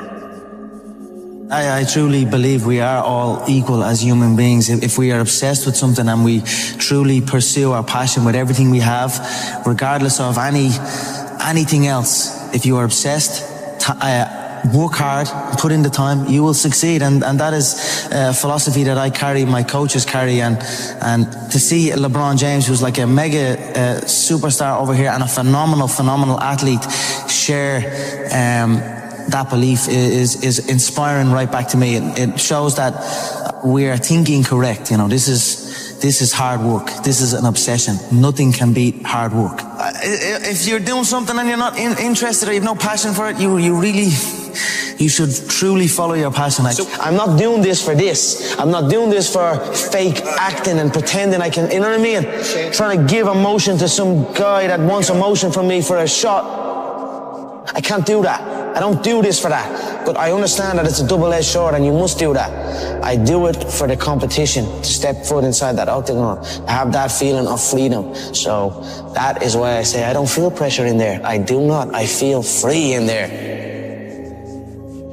Sounds like you were the last person that would ever give an excuse why you lost. No, there is no excuse. You know what I mean? It's like I've been beat before. You know what I mean? I've lost MMA fights, I've lost boxing fights, I've lost so many fights in the gym, you know, I lose all the time, you know what I mean? So it is what it is. If you, any true martial artist will know, in order to succeed at this game, you must lose a fucking shitload of times, you know what I mean? You must lose many times, you know what I mean? So it is what it is. We all have we all have the same emotions. We have all won and we have all lost. It's a sport. It is what it is, you know. Just get on with it. Look to learn from it, you know. The day you stop trying to learn is the day you start losing, you know what I mean? So I'm always going to learn regardless of the result, you know what I mean? Win or lose, I will take something from it all. And you know the way people say you learn more from your losses and things like that. That is true. You learn a lot from your losses, but as well as that, you learn from your wins. People can say, let's say you beat a guy, and you're at the beating that guy. You're a winner now. You know what I mean? You're a winner. So now I get to take the foot off the pedal. I don't need to learn so much. I'm at the beating this guy. I'm a winner. You know what I mean? That's gonna stop you. That can take over people, especially in this game, when you're signed to the UFC and there's all media things going on and there's people looking for pictures and shit. That can take over. That can make you feel like you're bigger than you are. You know what I mean? That happens to guys. You ever see guys that I see guys all the time coming in that are around this company since day one. Their performances just stay the same. They stagnate. Their performances stagnate. Then they get even worse. You know, they arrive for the fight out of shape, not looking in shape, barely made weight, sluggish. You know what I mean? That's not going to be me. I stay ready. I'm always in shape. You know what I mean? You're not going to catch me out of shape. Win or lose, I'm going to be ready to go. No ego. You know, you can't have an ego in this game. We've all won. We've all lost. It is what it is. Just keep going, keep doing your thing, keep working hard. I'm a cocky motherfucker, but if you come in and you get me, I'll stand before you, I'll stand before everyone and say, you got me. I'll get you next time. And that's it. Every human being, everyone in here at some stage, we face loss. We've all lost something. You know, we all know how a loser on the night feels because we have all lost at one point or other in our lives. You need to stop putting your hand out. Everyone wants handouts. Everyone wants things for free. Or everyone, you know what I'm saying? You've got to put in the work. You've got to grind. You've got to go through the struggle. And you've got to get it. If you deserve it, go get it. You know, don't complain. Don't cry. Get the fucking work and go get it. listening to laughter all my career. I've been listening to them laugh my whole career. They've been laughing. But an Irishman win a Cage Warriors world title? Hell no. You serious? An Irishman? An Irishman win a fight in the UFC? Hell no. Laughs all around. Okay, you gotta win. Now he wants to win a world title? Hell no, he's all talk, he's all hype, he's a joke. Laughter all around at the Joker. Then the Joker goes and wins the world title. Now he wants to win a second world title. More laughter. Listen, the sound of laughter and the sound of doubt motivates me. So I'm enjoying that. I seek that. I don't feel no doubt, or I don't feel that going and fighting any of these other UFC bums right now. They need to rise up. Right now they're down there. I've got this situation where people are truly doubting me, like they doubted me at the very, very beginning. And that's motivating for me. That's what's going to drive me to the gym when I need to go to the gym and to put in that work to get that win. Stripping that all back to the start of your career, a man with a dream, training in the gym day in, day out. If somebody said to you, you'll have or you'll be as successful as you are now, what would you had said back then? I believe you. That's what I would have said. Because I did believe. Yes. I believed in it. I had very few people who told me that. I had a small group of people that would tell me something like that. Other than that, it was just me telling myself. Yep. So if someone came up to me and told me that all the way back then, I'd say you're right. I was a waster. Got that, called that a lot, you know what I mean? But and then when I start getting that focus and realize, I'm gonna make this happen. And then now that has happened, I'm making it happen. It's depressing times for a lot of people in Ireland. There's a lot of bad stuff going on in the country. A lot of people are struggling. Everybody's struggling. But now since them seeing me chase this dream, it's giving them an energy, and I see a new lease of life in them. And that alone spurs me on even more. So it's all just a perfect storm that's happening for me. And that is why I have this tunnel vision, and that is why I'm willing to kill every single man in my path and get that belt, you know what I mean? To secure the future from my family's future, you know what I mean? That's what I'm doing it for. Well, I'm doing it because for the love of movement, and I'm also doing it to secure because I recognize that it will secure my family's future. So why not take full advantage? Something that I love can actually secure my family's future and make us live a good life for the rest of our days. You know what I mean? And it's not work. I don't work. I live. You know what I mean? I don't have a job. I just have a life. No matter what was going on, some deep situations, I always had the belief that I was going to get here. I was going to get to the UFC. I was going to because I just knew I was different. I know I'm different than these people. I'm enjoying the fruits of my hard work. Nobody works harder than me inside the octagon, outside the octagon. I am a workhorse, so I'm going to enjoy the benefits of this life. I'm going to get myself a big mansion in Las Vegas. I'm going to get the soft top cars. I'm going to bring my whole team out. I'm going to spoil them and give them this life. We're eating good, we're living good. It's human nature. Some people will sit and take positivity from that. They will look at that and take inspiration and inspire. It will inspire them to go and push forward. That others will shell up and critique it and be negative towards it. But one thing is for sure, those people will stay where they are. The people who take inspiration from it will rise up and also one day experience that life. So this is human nature. Some go one way, some go the other way. But I am enjoying my money, my hard-earned money that I have dedicated my life to. I can be a product of my environment, you know what I mean? If I'm in with the wrong crowd, I just kind of become wherever, you know what I mean? So that's why I like to be isolated. And that's why this has helped me coming out here and being locked in an apartment on my own, building back up my leg, going from rehab to home, because there was no outsiders. It was isolation, it was visualization, it was motivation, and it was dedication. There was nothing else going on in my life, you know what I mean? To get to the pinnacle, it needs to be like that. It needs to be no outsiders. It needs to be, you need to have your team and your focus, and that's it. I don't need friends that aren't involved in this game or that aren't on the same path, you know what I mean? Because it doesn't make sense. I know nobody can tell me that I move the same as any of these guys, because I don't move the same. I move differently, I move unique, and I know I move unique. Not only that, I speak unique, I act unique. I'm just different than these people. You know what I mean? So I dress unique. I dress unique, whatever. I just feel different to these, on another level, on another playing field than any of them before me. That's why I know I have no doubt in my mind that I'm the great, that I will be the greatest of all time. But in my head already, I am better than everybody, and I know, you know, there's a lot of hate come from people, you know. But I know, and I will prove. You give me time, and I will prove it to everybody. When you're chasing your dream, and when you're working hard, chasing something you love, and completely dedicated, it just happens. You can't really notice it. You know, even still to this day, I'm in an amazing position in my life, but I'm still working like I'm not. I'm still working like I'm not in this position. Absolutely. I'm still working like none of this is even. It's just something I love to do, and I just keep pushing. I keep working hard. I can't pinpoint an exact moment for you, but if anything, I always felt like it was happening way back then, and now it is happening, but. Now I almost feel like it's not happening. You know what I mean? And I want to push to something else. Absolutely. I'm always striving to push forward. No, I don't like thinking too far ahead. People set like goals, long distance goals, and that's too much for me.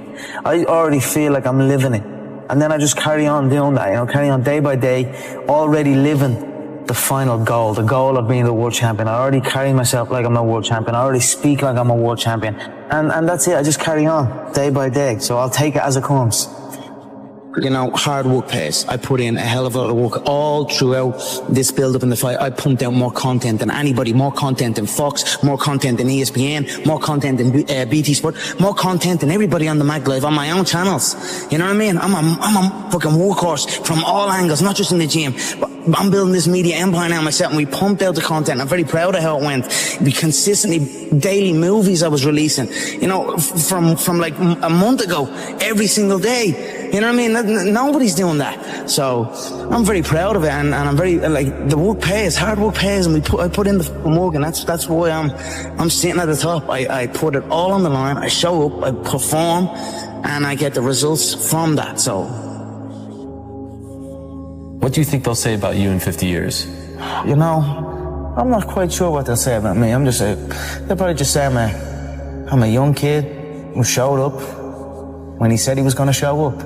And that's it. I cannot control what people say about me now or in the future. But I certainly know what I am doing, and the stuff that I have done and achieved will live on long after I am gone. I don't think there's a fighter that in the UFC's history that has done what I have done in the space that I have done it. And Saturday night, when I go out there and put Diego away in the first round, I'll prove my worth. He can do it, you know, you never know, but he's not gonna be that easy the way he's been talking. So this is why I call him a clown, you know, so you guys can see everything there. So everybody have a mouth, everybody talk whatever want. Pressure is an illusion, you know, but I want that illusion of pressure, you know. I heap more on, give me more pressure. So when I put this guy away and make it look easy, which I will do, people will say, how did he do that? You know, let's skip the queue. Let's jump this guy ahead of the queue and put him straight in for a title shot. Saturday night, they're going to see you're going to see a true #1 contender here on Saturday night. No, honestly, I said I was going to put him away in the first round. I put him away in the first round. It would have to be something special to come over here in my hometown and take this away from me. There's not a man alive that can come on this soil and beat me. So, Dustin thinks it's all talk. But when he wakes up with his nose plastered on the other side of his face, he's gonna know it's not all talk. I'm gonna crack him with a jab, and he's gonna wobble, and I'm gonna put him away early. It's gonna be a first round KO, mark my words. These featherweights don't understand. Until they get hit by me, it's in the first round, and I knock them out in the first round. You can call me Mystic Mac, because I predict these things. It's the old age, this is the new age. I wanted to come over here to America and show the American public the new era of the fighting Irish, and I brought my whole country with me. If one of us goes to war, we all go to war. Well, this was a huge victory for you. This is your first victory over a top 10 contender. What's next? You know what's next. That world title is next. I'm going to fly to Brazil, and if they want, I'll eliminate Chad Mini Mendes and step in and give the fans what they want. Aldo versus McGregor. This is only my second fight back from ACL. It's been under a year since ACL surgery. I've had 2 fights, 2 first-round finishes. Would you doubt me? You probably did. But would you doubt me now?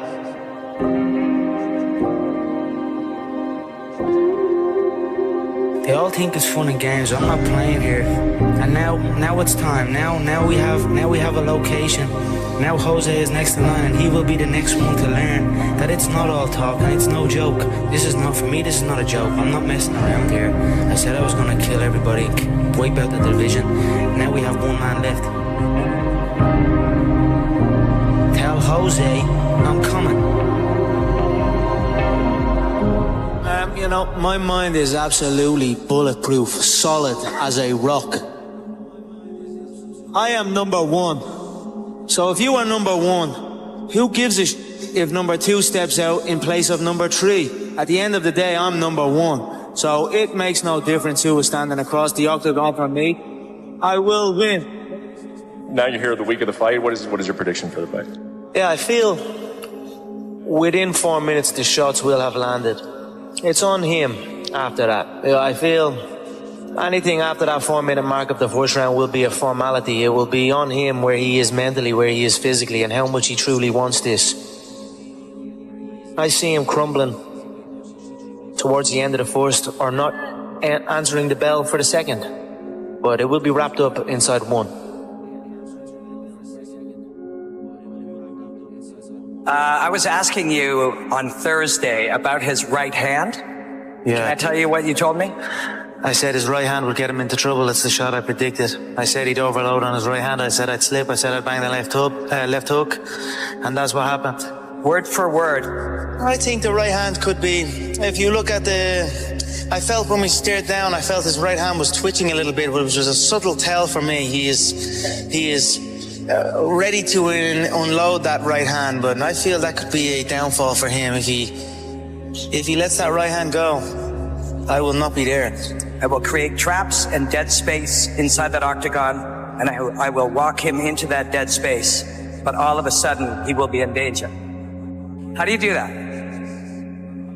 How do you predict these if you can see it here and you have the courage enough to speak it, it will happen. So I see these shots, I see these sequences, and I don't shy away from them. A lot of times people believe in certain things, but they keep to themselves. They don't put it out there. If you truly believe in it, if you become vocal with it, you are creating that law of attraction, and it will become reality. I knew he would overextend, and I knew I'd catch him. So Mystic Mac strikes again. I've always been fascinated by movement, and I always look at people that can move in unusual ways and have complete control of their frame. I don't see them as people that just have control of their body and control of their frame, but they have control of their mind to be able to go into certain positions and balance on one hand, or in unusual positions. To be able to do that, you don't just have control over your body, you have control over your mind. So it's always been something that's fascinated me. And I've always been learning and trying to implement different forms of movement and variety into my game. So it's nice, they called it a fake belt, interim, toy belt, clown, joker, all of these things. So I'll go back and I'll sit patiently and wait and hear what they have to say now. Conor, you've been known to make predictions. You're known as Mystic Mac. What's your prediction for UFC 205? Like I said, he's chinny. He has a chin. He gets cracked, he gets dropped. It's happened throughout his career. He's a weathered fighter. He's on his way out. He's very, very lucky to be in the position he's in. 1 round it will take me to knock him out. The gold belt is what I want. The 2 gold belts. I was a 2-weight world champion in the previous organization. Now I'm on the big stage at the UFC. I want that featherweight belt and I want that lightweight belt. That's my goal. The money is going to come with that. Don't get me wrong. It's prize fighting. I'm after the money as well. But the money comes with the belt. And the belt is what I'm focused on. I don't care about fame. I'm gonna wrap one on one shoulder, I'm gonna wrap the other on the other shoulder, and you're gonna need an army to come take them belts off me.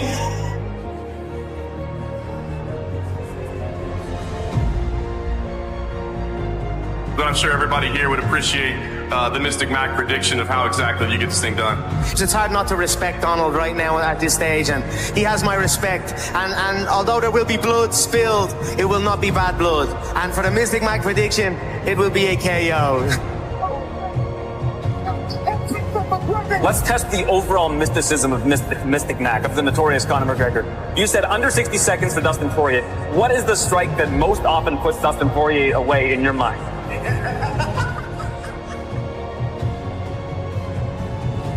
Are you the best point guard ever? Yes. Steph Curry transformed from a skinny, undersized high school kid to a basketball legend. He completely revolutionized the game, just like Michael Jordan. He's the modern MJ, you know. Steph is a 4-time NBA champion, 2-time MVP, 10-time All-Star, and arguably the greatest shooter of all time. I'm wondering, is it time to start putting him as the best player of all time? Let's take a look and listen to what NBA players and legends think of Stephen Curry. 08, 09, or whenever that little light-skinned came in the league, that's in Golden State. He single-handedly changed the no lead is safe. When it comes to influence, since I've been watching the game, the most influence on the game, and obviously we know what Mike did for the game, Steph and Allen Iverson are the two biggest influential guys in our game since I've been watching and covering it. Kids felt like they could be them. They were guys that was not always counted on. They were small in stature, and they just defied the odds. And now you have Steph, who's shooting over the Empire State Building. You know, it's just like those two are the two most influential when you say the game, how they changed the game, and the kids, and like those are two guys that you just wanted to watch every single night. When you look at me and Steph, I just feel like we're able to do things out there that keeps the normal person walking down the street, gives them hope that basketball can be for them as well. You know, he's just able to do so many special things, and I could go on and on about Steph, but I love that guy, and I love Steph. Hey, you know, a legend in the game. He changed the game. When a guy changed the game, some way, somehow, you got to expand the Mount Rushmore. You know what I mean? Like, who says it only could be this many people? Like, Steph Curry changed the game. His face needs to be up there in the Mount Rushmore. Steph Curry is messing the game up. I'm on the internet now, see a bunch of little kids dribbling, shooting 100-footers. To get warm, to start the game. But he's doing something for them. He's giving them a chance. You know, Steph, it probably is the most influential player when it comes to little people. Yes. Right? Because I see a lot of little guards, like little kids. I'm going to these tournaments, they're doing stuff I can't even do. Right. Mm-hmm. And it's good and bad. I love Steph, man. I mean, the guy has completely revolutionized the game. He messed up the game in a good way, you know? Like, you think he messed it up in a good way? Yeah, I think he hurt the youth because the youth just loves threes. And that's all they think about doing, shooting threes. You know, him and Clay and their whole team, I think, just changed the game in a good but bad way. Each other on the golf court. You didn't know what was coming. You didn't, because you'd never seen it before. I was there when he broke the record, right? The first record. And you didn't think, like, I think it was like 250 maybe or something threes. You didn't think that the next year was going to shoot 400, make 400 threes or whatever. They crushed it, but no one saw it coming. No one saw it coming, and no one truly knew how to stop it when they got going. That's why they won 73 games. When you came to the Garden and I let Raymond Felton's pride get in the way and he had 50, I feel like that's when you decided you was just gonna rape the league. Bro, you know what? I ain't mad at you. That was the moment? Bro, I think so. Bro, Raymond said, Chump, no, like, stop letting dude do this, but he really be doing this to us. I'm like, the confidence is changing, G. He going back to Davidson on us, bro. Nah. You feel me? I'm like, he doing the shit that we was like, you can't do that in the league. He started doing it. Nah, shorty. Yeah, you going too fast shooting that jumper now. That's too much. You ain't even holding it up no more. You ain't. He was falling and shit. No, bro. Now he talking to the crowd. He pointing at fans. I'm like, Steph don't even do that. I really felt like in my heart, like we are birthing an animal, bro. Yeah. I really think of that moment. I'm like, bro, I think we ignited that confidence that came, because after that game, bro, he got very disrespectful. Yeah, he took off. He got disrespectful. He started trying shit. And then the next game, we play the Warriors at home, and this is 2015-16. And my first matchup is Steph. And I'm like, bro. Your man in front of you from the perimeter, bringing a big man away. And Curry hits a 40-footer. You know me. I walk in, I chest him up as soon as I get in the game on the inbound. I'm just pushing him. I'm like, yeah, you're not doing that tonight. Not on me, brother. About 36 minutes later and 42 Steph points later. That happens to a lot of people too. Yeah. I'm in the locker room like, nah, this can't be what it's like. I'm taking my stuff out like this. Nah, this ain't it. And then Steph Curry, I'm going to bed at 8 o'clock. Mom, don't call me. My girl, don't call me. I'm locked in right now. Every night. Yeah. It's honestly hell. Be honest with you, I'm not gonna lie to you. I mean, the way he moves without the ball is the worst part. But just the way he moves without the ball, it's honestly their system too. It fits him to perfection. You literally can't ever relax. And I remember game 1 and 2, chasing him and Clay around, and I couldn't make a shot. Everybody's looking at me like, why can't you make a shot? I'm like, I ain't got no legs. But his approach to the game too is special. Just the way that he, sees the game and the way he goes about the game. It was a lot of fun to play them. Obviously happy we won. But it's hell to guard him. They're actually understanding how to play with him now, like how he operates, how he moves when he gives up the ball. It continues to just run in circles until you fall asleep, and then he shoots it from 30 feet basically. It's borderline at times. It's unguardable. He's tough, and I'm a part of the losing side of history, but I remember watching it, bro, and I was like, yo, he was absurd to watch. And then I played against him. I was like, he's different, bro. He's different, bro. But Steph Curry is the most impactful player on a team in the league. Because the gravity. Bro, the gravity. You have to guard him as well on the ball as you do off. Like, once he gets off the ball, you're probably more scared of him off the ball than you are on. He's the, he's the modern MJ. I used to see this playing with the Bulls. Half the crowd's got, red 23 jerseys on, and, now half the crowd's got blue and yellow 30 jerseys. Steph is, he transcends the game. He elicits an emotion from people. I think because he's so awe-inspiring with his play that no matter where we go, there are people who are cheering for him and can't wait to see him perform because we've never seen anything like him. Michael did everything in the Air Jordan. He revolutionized the game. He changed the way we thought. The baggy shorts, the black socks, obviously the Air Jordans. Stephen Curry has taken shooting in the art form of it and moving without the ball to a different level. The first thing kids do, they know they can't dunk and fly like Michael Jordan, but they all believe they can shoot like Stephen Curry. And that's the first thing they do is start hoisting up threes to try and be like their hero, Stephen Curry. So you have heroes to most in Michael Jordan, and you have a lot of heroes in Stephen Curry. I see the comparison. And it's like, that's how we feel with you. You know what I mean? And Evan, you can kind of speak to it in terms of like the funny story where it's like, you hear those MJ stories, you see people on the bench. Like, when I watch him and he do stuff, I watch the other team bench. Dudes be like, oh! I told you one time, you told the story before, we were playing one time, you got so hot in a certain instance, I'm like, damn, you didn't hit 3 straight. When you hit the 4th, I wanted to turn up and be like, yo, go crazy. Go crazy. Because when you're a fan of basketball, you're a fan of the game, you start to comprehend what you're seeing. As a fan and as a player, you always appreciate it. So it's always been that part where you can, really remove yourself with the game. And, we're all, at one point, we were all high-level basketball player and, big-time athletes. So, you can really appreciate what you do. Consistently the best shooter his whole career.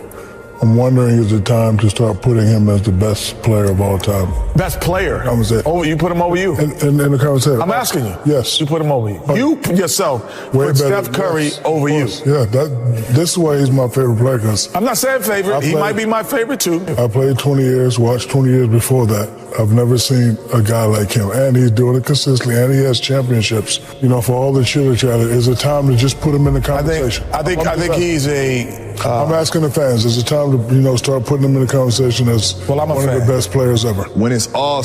But really, he shoots those shots of the game. Yeah. This is a great time to practice. While we all stretching, like he's going to get unlimited of them. We stretching, we get loose, he's chucking it from half court. He's making them. And it's like, all right, so when he gets to the half court with 0.3 and he's asking for it, he makes it. It's like, it's no surprise. So like, seeing his preparation made me really want to be like, all right, I can shoot from anywhere. 1 second on the clock before halftime. Right. We have the ball out under our own basket, 94 feet away. He looks at the defense.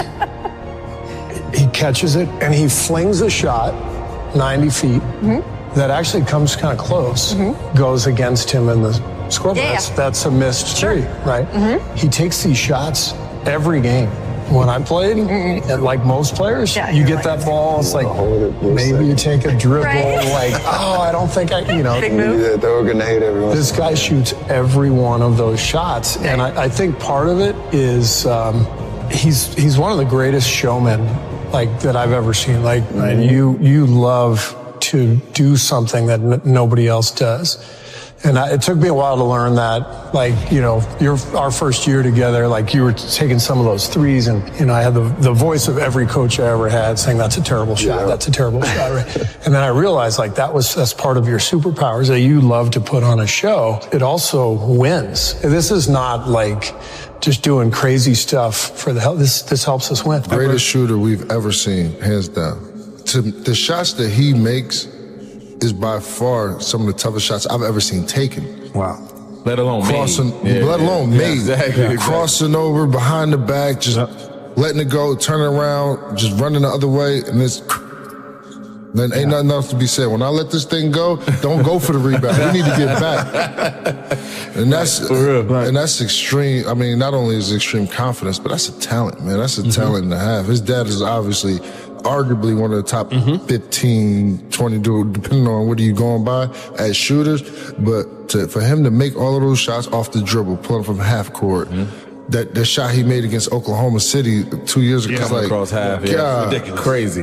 Well, but him getting Steph is listening to Steph's workout, and I know how OCD you are. People don't understand the amount of energy that he has to use every single day. It's next level. Even for athletes, even for guys that do this for a living, you're like, this man has to run around for 48 minutes every single night doing what he does. You don't see that coming. And so it's a compliment to those guys to figure out an equation that no one ever has.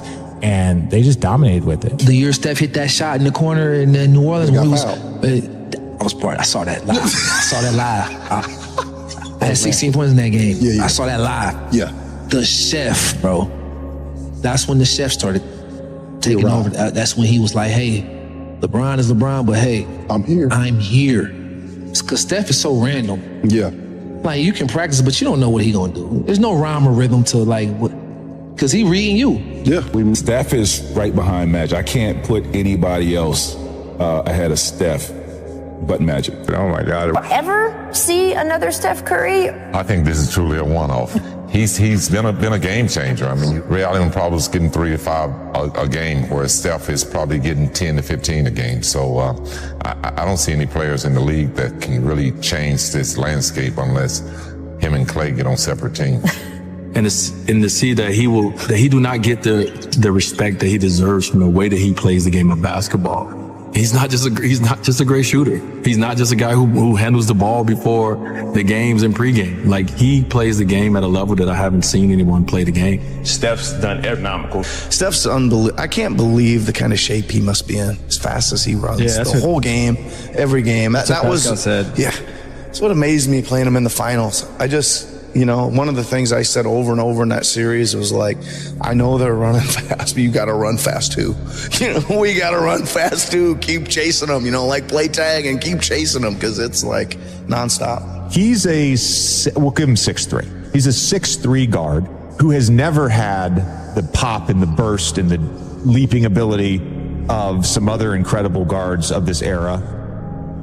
He won the MVP in 2015. He won the MVP in 2016 in his 20s.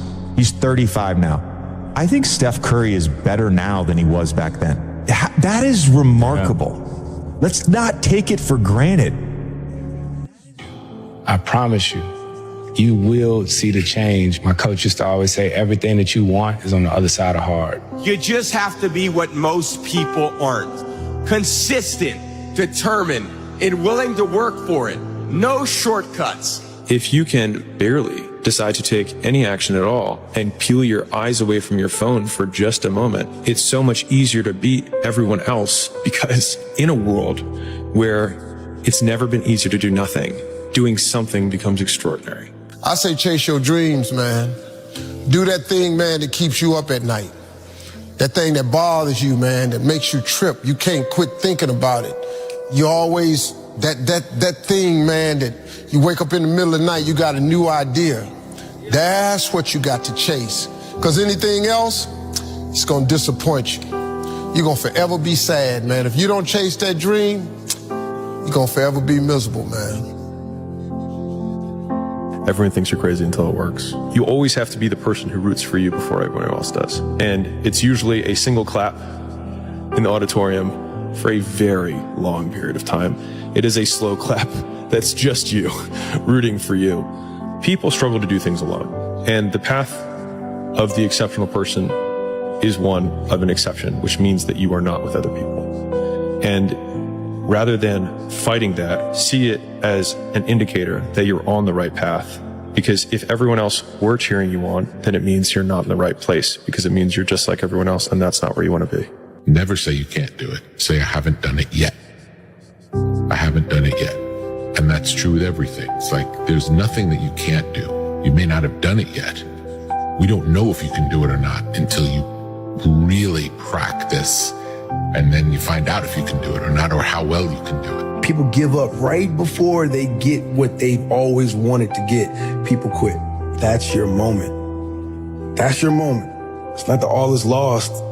When you're feeling the most trapped and down and nothing can go right, I feel like those are the moments that define you. Those are those character canon moments that are like, what am I going to do now?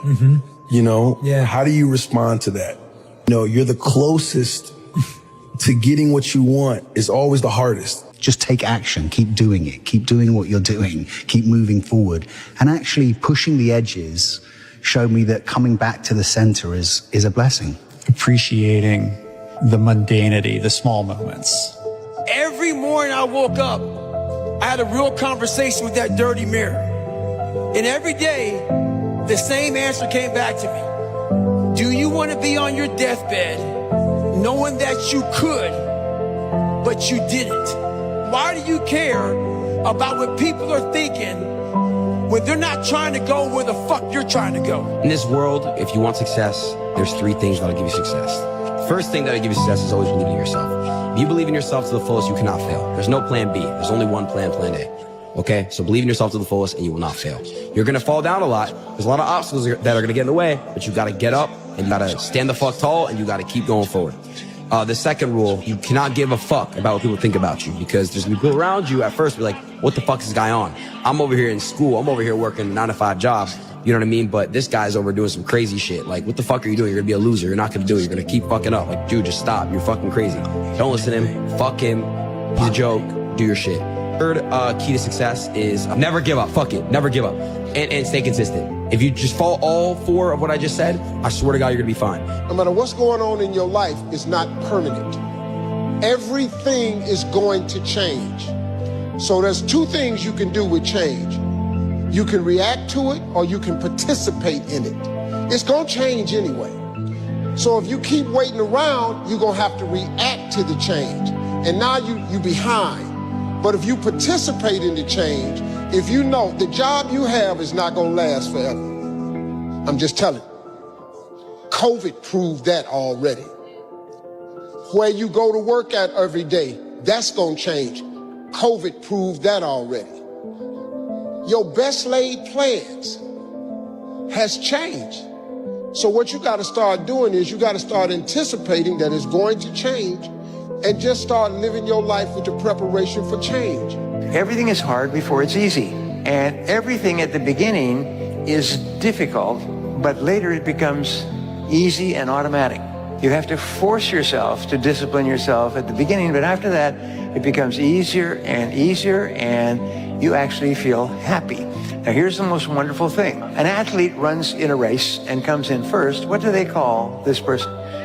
The winner. Exactly. What it says is that when you win, when you come in as the winner, your body releases endorphins, which are called nature's happy drug. They make you happy. And dopamine. So when you complete a task, your body releases these drugs and you feel happy. So every time you start and complete a task, you feel like a winner. And when you feel like a winner, you want to do it again and have that winning feeling.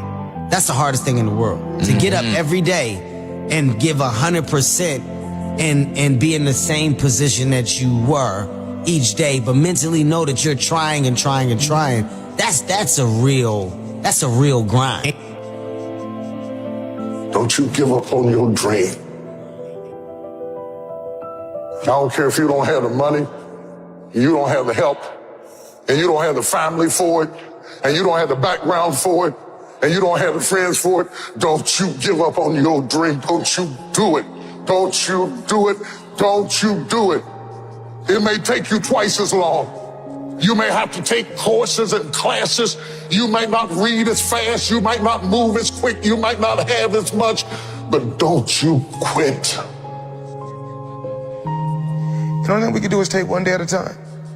You know, it's all we can do. No one is perfect.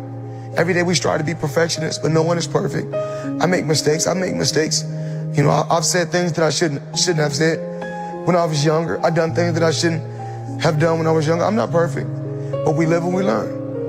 And that's a part of growing. Discipline is doing what you hate to do, but doing it like you love it. I love that quote. Yeah, and that's what you have to do to be the best. Yeah. But 80% of success in life and in business is psychology, meaning the mindset and the emotion. You can get the answers if you have the right mindset. 20%, and it's a very important 20%, is the strategy. The right strategy can save you 10 years. So I'm a strategist. But I always know I've got to make sure your psychology is strong enough first so that no matter what season we're in, you can do well. You like to go to the gym every day? Of course not. It's not true. Nobody likes to go to the gym every day. Why are so few people in shape? Because going to the gym and sticking to the gym is difficult. Maybe it's a tiny bit easier for some people that like it than others, but for most people, most of the time, it's really, really hard. The process of discomfort is inevitable. You have to go through it. Most people have that initial feeling, that initial lack of self-belief, because they don't understand that they have to be humbled first in every aspect in order to grow. So you go to the gym, you feel like shit, that's a good thing. It just shows you that you need to improve. Most people go to the gym, feel like shit, never go back. But you have to do it. Probably yes, because your mental strength is coming from that moments, that in a hard moments, you know you should do it. And I do it because after that, maybe in the beginning you feel hard to start, but after when you finish the gym or cold plunge or even the training, you will feel better. When I wake up in the morning, I don't think, am I motivated to go do what I'm supposed to do? No, I don't think about it for 1 millisecond. When the alarm clock goes off, I have no thought about whether this is easy, whether this is hard, whether I want to do it, whether I don't want to do it. None of that matters. It's an emotionless, thoughtless discipline. When the alarm clock goes off, you get up, you get out of bed, and you go do what you're supposed to do. I don't care how it feels. I don't care if it's easy or hard. It doesn't even matter to me. It's just a reaction, it's a discipline, and it's life. And that's the way I choose to live my life. Everybody says discipline is so important, but they never want to tell you why. I'll tell you why discipline is so important. It's the strongest form of self-love. It's ignoring something you want right now for something better later on. Discipline reveals the commitment you have to your dreams, especially on days where you don't want to. The future you is depending on the current you to keep the promises you made to yourself yesterday. We did not come this far to just break down and lose now. I'm a winner. I'm going to win. A lot of people can give up. It's easy to give up. It's the easiest thing in the world to do. I'm done. It's very easy. But what's hard is going, yesterday I got nothing from working as hard as I could. Nothing happened from that. I'm going to do the same thing again today, but I'm going to try to go harder. If you quit now, you're going to fucking be a loser your entire life. That's it. People give up right before they get what they've always wanted to get. People quit and they give up. That's the hardest thing in the world. To get up every day and give 100% and be in the same position that you were each day, but mentally know that you're trying and trying and trying. That's a real grind. You're a little better today than you were yesterday. Wake up tomorrow. Let's be better tomorrow than you were today. Don't think about this as a loss. You're going to learn. I say every day that it is never too late to wake up and be the person you want to be. And you deserve that. And here's the truth on how you do that. You have to act like you believe in yourself before you believe in yourself. I'm a winner. I will win. I will do anything to win. And I will show you how I win. And I will not stop until I win. Train your mind. Train your mind. We go to the gym, lift weights, we run. But what are we doing to train our minds? How much time do you spend a day training your mind? Your mind is the single greatest tool that you've got. It's a supercomputer. You literally have a supercomputer between the 6 inches between your ears. What are we doing with it? What are you doing with it? Are you actively training your mind every single day? If not, start right now. Every single morning, do something that stretches your mind, expands your knowledge base, train your mind. Then one of the most important lessons in life that you should know is to remember to have an attitude of gratitude, of humility. Understand where the gift comes from. It's not mine. It's been given to me by the grace of God. Use what I have. Use what you have to help others. You know, on your last day, you can't take it with you. Yes, that is true. But you can leave it here. It's an amazing thing about passion. If you love something, if you have a strong passion for something, you would go to the extreme to try to understand or try to get it. If you have to walk, you would go get it. If you have to beg someone, you would go get it. Because real lions like to hunt. They love the process just as much as they love the prize. And some of y'all just want to score. You don't like the process. You're not in love with the process. A real man in the dark, when nobody's watching, he putting in work. A real man, when coach ain't even watching, he's studying film on his own. Because he loves the process. If you will be a champion, if you will be a beast, you're going to have to go through something. Ain't nobody going to hand you nothing. Ain't nobody going to hand you no championship. Ain't nobody going to hand you no title. Listen to him and say, be phenomenal. This is it. I want you to chant it out. This is it. Be phenomenal or be forgotten. 1, 2, 3. Be phenomenal, be forgotten. 1, 2, 3. Be phenomenal, be forgotten. Last time. 1, 2, 3. Be phenomenal. The only way you improve your life is to know what you want and where you are, because you need a map. Right now, there's a gap. How many of you have a gap between where you are and where you want to be financially or physically or in your relationship? The gap will never close if all you do is focus on where you are and how bad it is. The gap will never close if you yourself about where you are and try to pretend it's better than it is. That's why, we want to see it as it is. The truth will set us what? Free. So we got to see where we are, but we also got to have a compelling future. Where do we want to go? And the more clear you are about what you really want and the details of what you want, the more easy it's going to be to achieve it. If you think you're going to be a Hollywood actor, you go for it.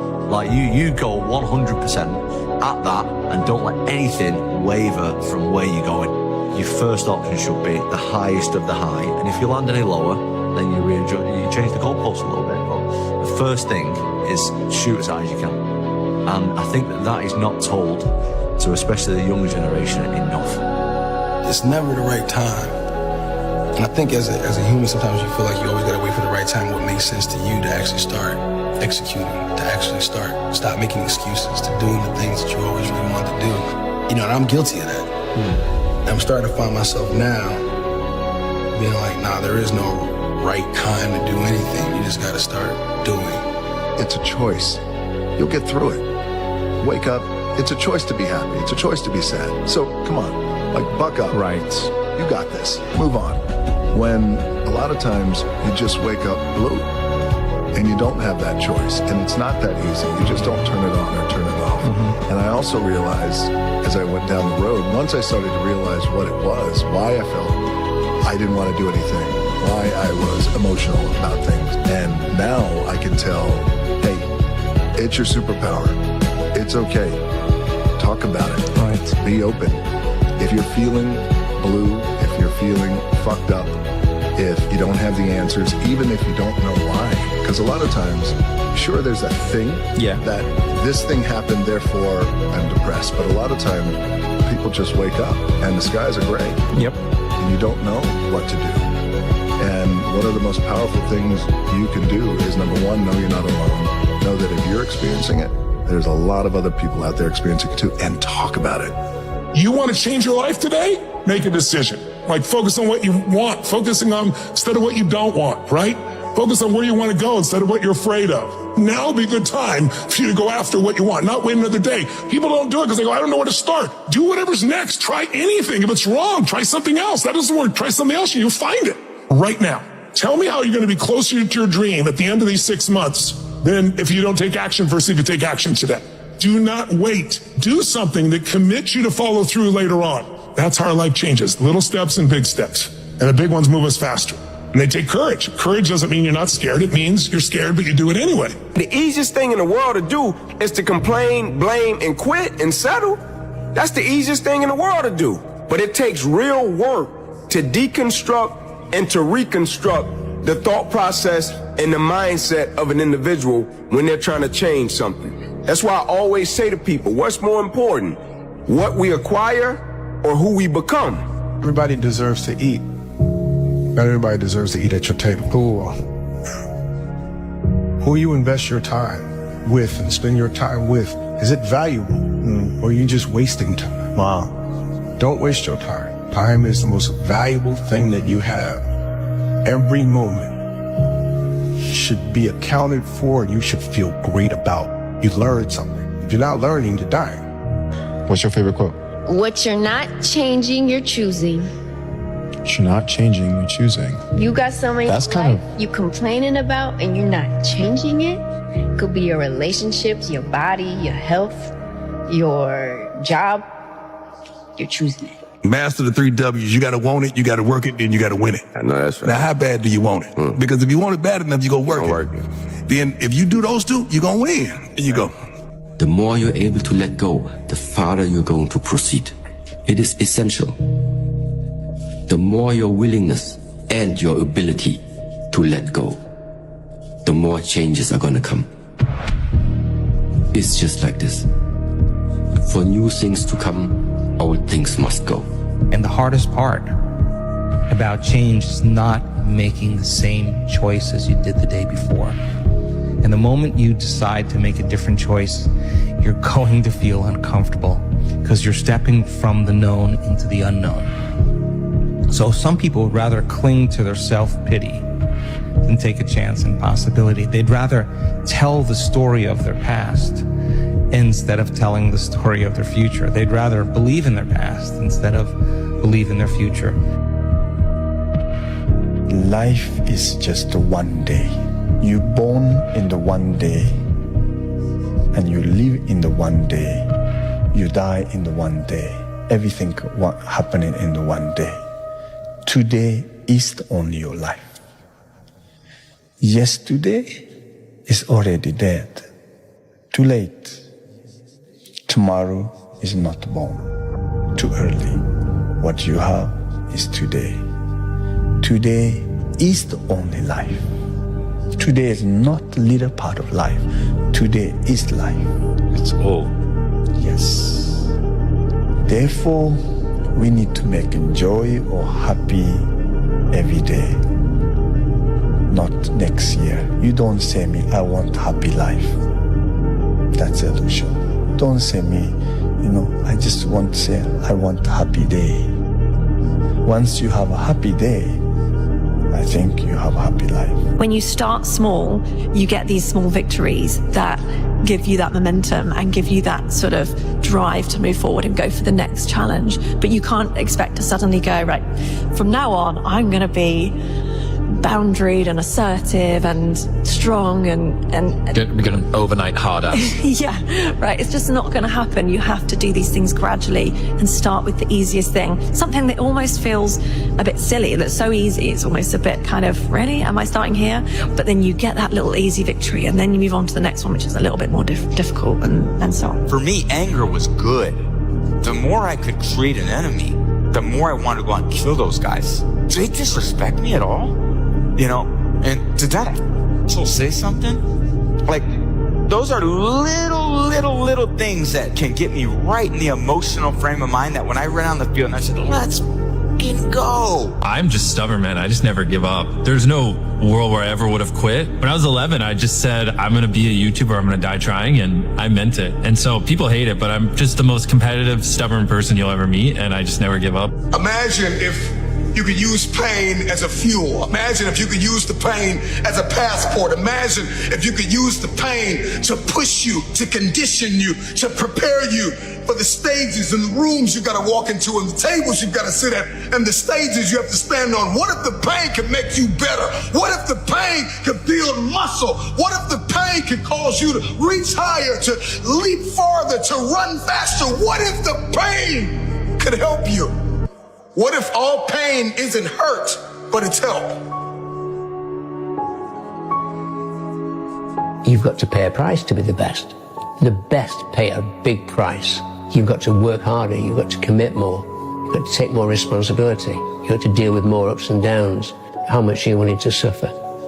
Get rich or die trying. Either I'm going to get rich or I'm going to die in the process. And then if I die in the process, I was doing what I wanted to do. I went to sleep 3 a.m. I was back up at 6:30, excited. No excuses. My bad. Yo, shut the fuck up. Let's get to the money, man. You say you want to get rich or you want to be successful. Do what you need to do to be successful. It's grind season, homie. It's not about today. It's about the future. You do the work now. Do the work now. And all of the shit that you could ever want to do for your family, your kids, your loved ones, it's all going to be on a whole nother stratosphere. Work, work, work, work, work. No results, but I'm a little bit better. Work, work, work, work, work. Work, work, work, work. No results, but I'm a little bit better. Work, work, work, work, work. No results, I'm a little bit better. Work. Boom, just got paid. I just got paid. And it looks like overnight success. Yeah. It's like, oh, shit. Don't waste your life. Set your goals high. Quit thinking about what's wrong. Start thinking what's right. Love a little more, hate a little less. You have no idea what you're capable of doing. Make up your mind today, you're going to figure it out. Being more driven by the process more than the actual ending goal. And then just try to be great or as great as you can. Be squeezing as much juice out of yourself as you can. And doing it because you're doing it for the love of the process and not what it brings, not what the sport brings you. Great answer. And I was going to say in the middle of it, like the obvious answer is to win a championship. Right, but, for sure. But like the process is everything. I think it's so important for young players, in line with what you're saying, to realize process over outcome. Yeah. So many, whether you're a 7-year-old or 14-year-old or 25-year-old, sometimes we get carried with the outcome. Right. But it's a process that leads to an outcome. And if you start looking at the outcome, you lose sight of the process. Yeah, absolutely. So don't make excuses. Don't blame any other person or any other thing. Take ownership of everything in your world, the good and the bad.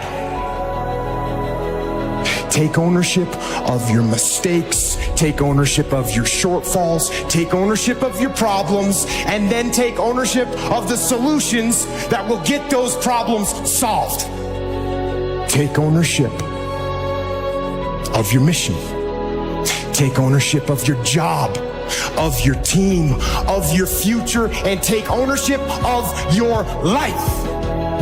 Be less impressed and more involved. And my father passing on, the world got flat.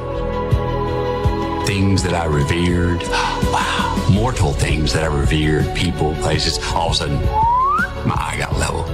things that I was patronizing and condescending and looking down my nose at rose up to eye level. And I was like, time to become a man. Walk forward, peripheral vision. Get it. Own yourself. Walk forward with more courage and start becoming the man you want to be instead of acting like it, putting it off. I promise you, if you put your mind to it and you work hard and you never give up and you do not listen to the rejection, you can achieve anything that life throws your way. You want to see what a person's made out of? Put them under a pressure situation. If somebody puts you under a pressure situation, that means they believe in you. Do you believe in yourself? Pressure defines who you are and who you're not. But it also defines who you can become. That's what pressure does. It defines who you can become.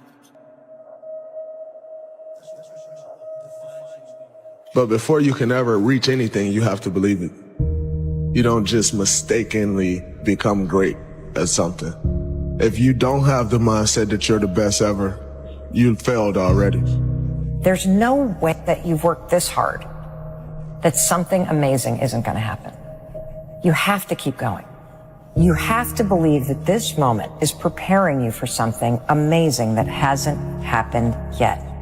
I don't have time to be, oh, let me go chill at a party. I don't give a fuck about no party. Party? Making money is the party for me. My job is to get up every day and provide for the people that's counting on me. That's my fun. My fun is not based off, oh, I'm at a party wasting money on board. No. Putting my daughter through college is fun. Making sure my niece, pick what university you want to go to. That's fun. Nanny, don't worry about nothing, no bills. And mom, don't worry about it. That's fun. Rich people don't sleep 8 hours a day. That's a third of your life. It ain't but 24 hours in a day. You cannot be sleep 8 hours a day. You can't live in LA and wake up at 8 o'clock in the morning. It's 11 o'clock on the East Coast. The stock market been open 2 hours. They already making decisions about your life and your ass was asleep. The Bible says he who loves to sleep and the folding of hands, poverty will set upon you like a thief in the night. The truth is, you must keep going. I repeat, keep going. Why? Because you deserve to see what happens when all your hard work pays off. Keep going because you're stronger than you think. Keep going because each step forward brings you one step closer to your goals.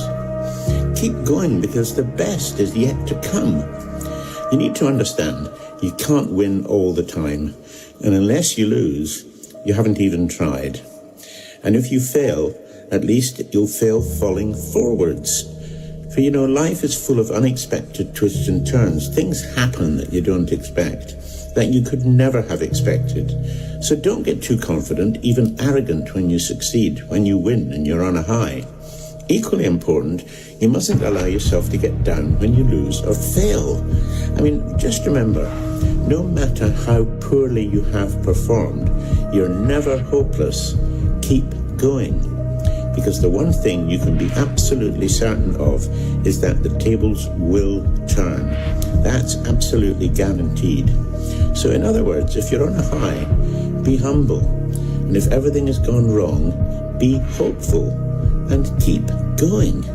Just remember, nothing ever stays the same. So the truth is, I repeat, you must keep going. The rewards will be there for you. Keep going. Keep working, keep striving, never give up, fall down 7 times, get up 8.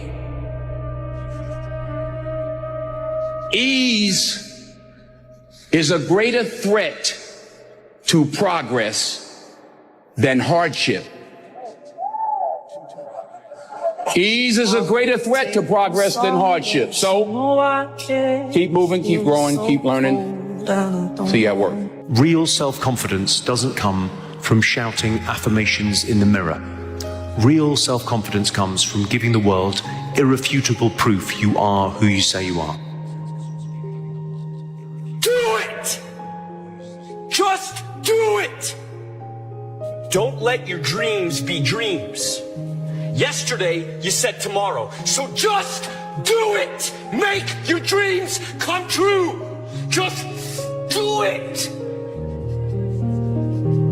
Some people dream of success while you're gonna wake up and work hard at it. Nothing is impossible.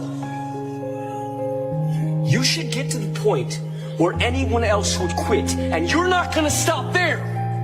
No, what are you waiting for? Do it! Just do it! Yes, you can! Just do it!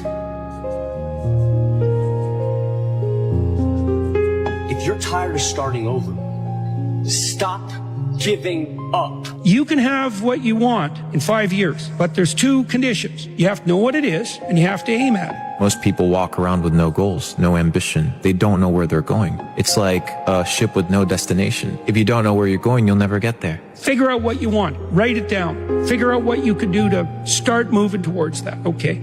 Do that with your family relationships. Do that with your friendships.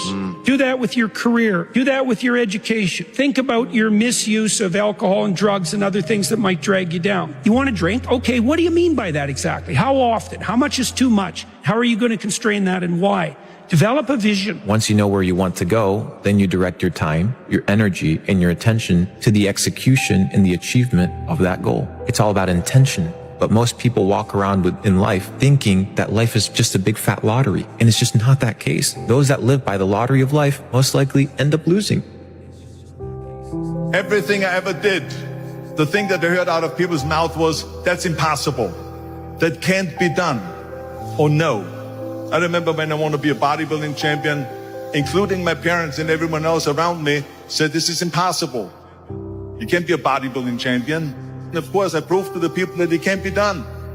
So whenever someone said to me, it can't be done, I heard it can be done. When they said no, I heard yes. And when they said it's impossible, I heard it is possible. You know, right now the goal is just to focus on myself, you know, everything growth. I'm not worried about the mistakes that I made in the past or anything, you know. I'm in competition with myself. So I'm just getting better and better and better. That's it. Nobody comes to your door and bangs on your door and gives you money. Believe me, you have to go out that bloody door and earn it. And working hard is definitely a talent. Believe me. Forget the ability. To achieve in life, you need something extra inside you.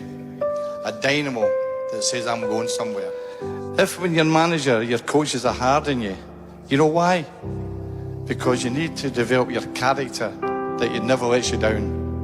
Never lets you down. I knew when that team of mine went out in the field at Old Trafford, never let me down. No, we never win every game. Obviously, we never win every game. We'd love to have. We tried to. But you know something they never did? They never gave in. They never gave in. Their character didn't let them down. They just bang, bang, bang the door. They eventually broke down. They never gave in. It's a quality too. Winners win and losers lose. I can't explain it any better than that. I don't know how it happens, but winners win. And if you create a culture of losing, if you keep being a victim, if you keep letting losing happen to you, if you keep letting people do you and treat you any kind of way, it's going to become a culture. When you face fear, it leaves you.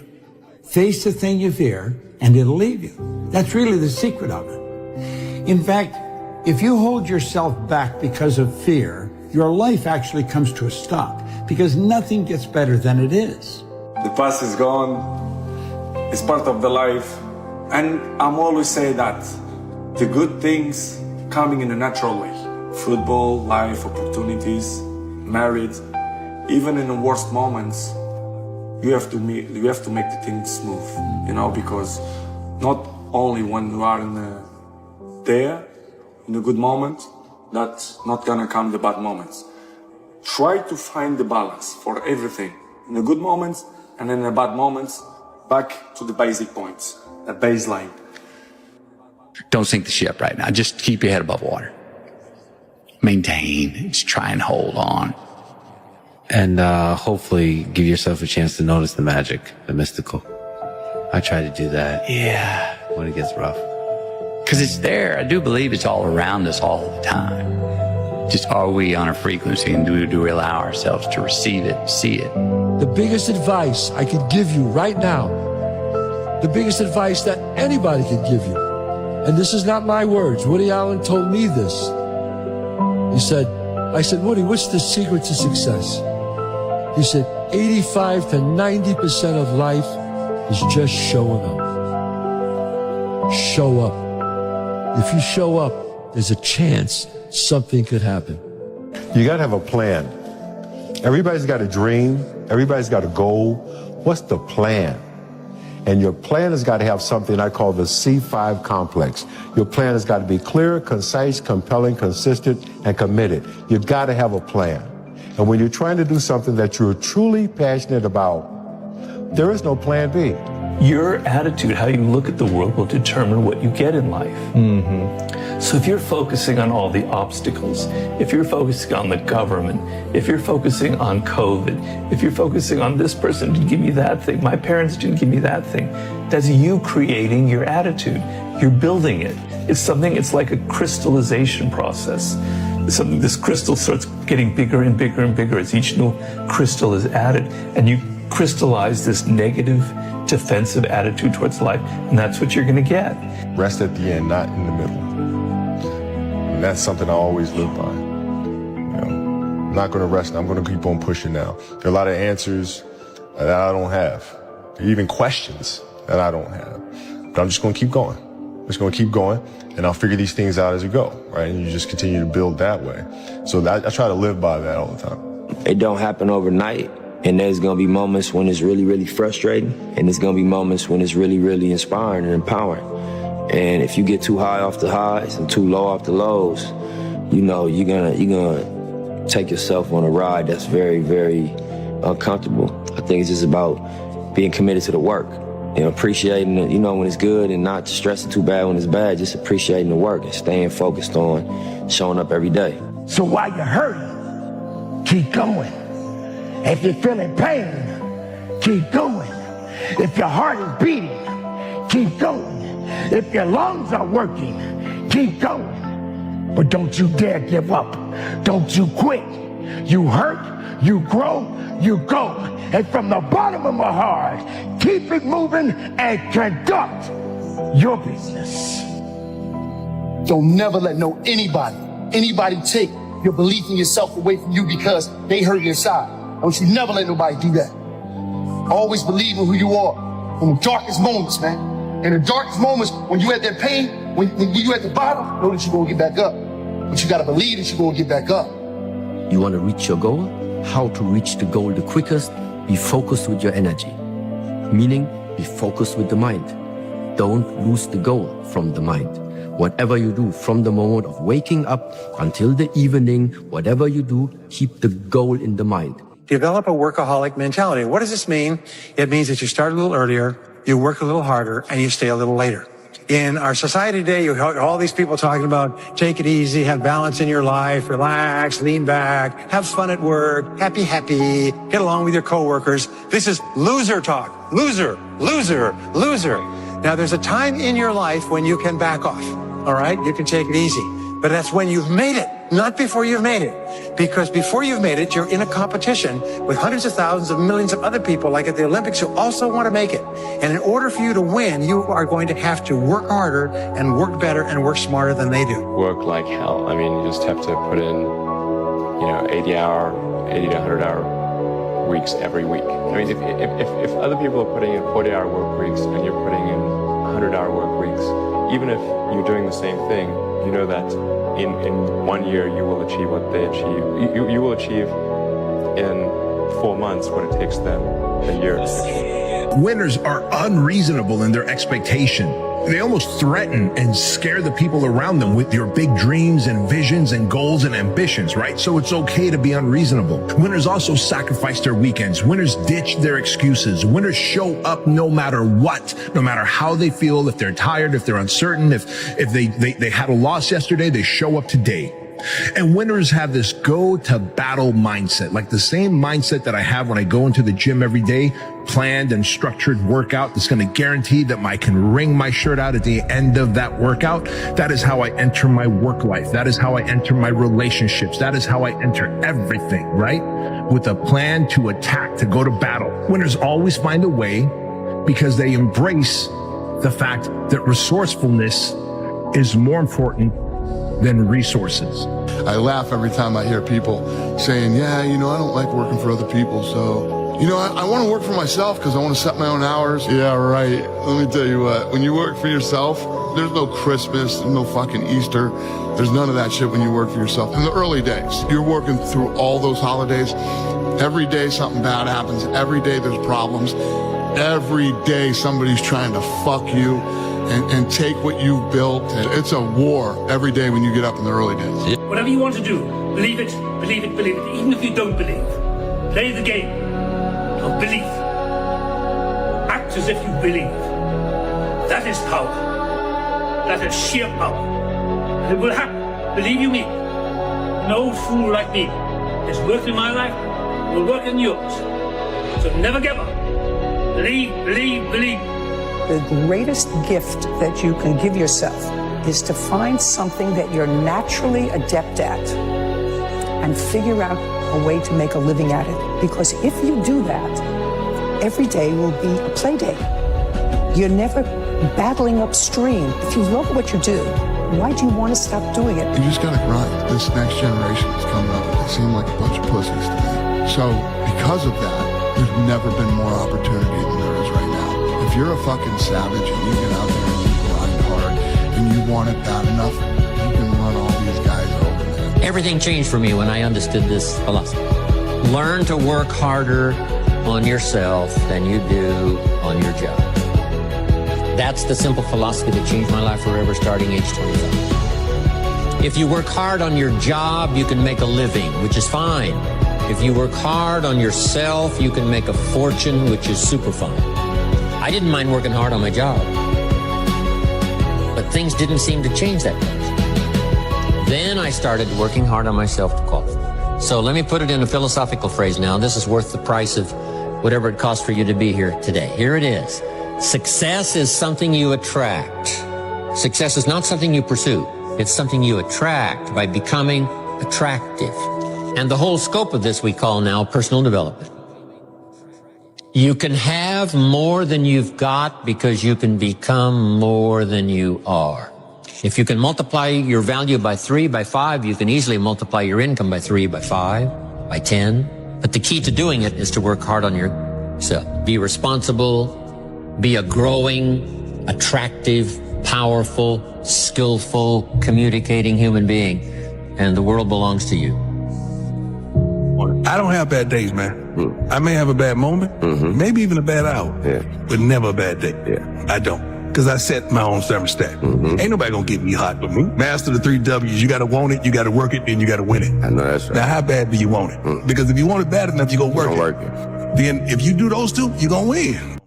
You see, the mind can only focus on one thing at a time. The mind cannot focus on 2 things at once. If you try and put 2 images in the mind at the same time, you have confusion. It'd be like putting 2 images on the screen at the same time. You'd have confusion. There are 2 types of mindset. There is a fixed mindset and there is a growth mindset. Most people fail in that process because most people live in the fixed mindset. The fixed mindset is, this is who I am, this is what I know, this is what I'm capable of, this is what I'm good at, and this is where I'm going to stay. The growth mindset, it says, this is where I am now. This is what I'm good at now. But I recognize that if I go through a particular process, I can grow myself and become a better person. You need to learn to be uncomfortable. You need to be comfortable being uncomfortable. And you need to be in a space where you allow yourself to be challenged, but more importantly, in a space where you are willing to be uncomfortable and grow. So how do you train your mind so that you have more positive, uplifting, and optimistic thoughts and less negative? Whatever the sources of that negative thought is, if you don't kill it and replace it with positive incantations, with positive reinforcement, with reading books that build you, listening to podcasts and watching YouTube shows that are going to inspire you, that are going to move you to the 2.0 version of yourself. If those negative thoughts are not replaced with positive thoughts, then you are destined to failure. Or at least success is going to come at a very high price. Here's the thing about mindset.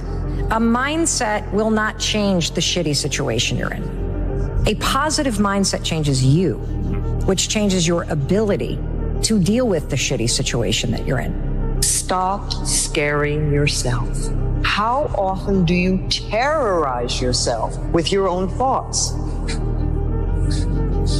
You get into absolute terror, and it's only coming from your thoughts. Nobody out there is doing a thing. Sometimes it's an old family pattern. Sometimes we get new things. You know, we find so many ways to scare ourselves. I would like people to, when you have time, to make a list of your fears. Make a list of your fears, and then give yourself the opportunity to turn each fear into a positive affirmation. Turn each one into something positive.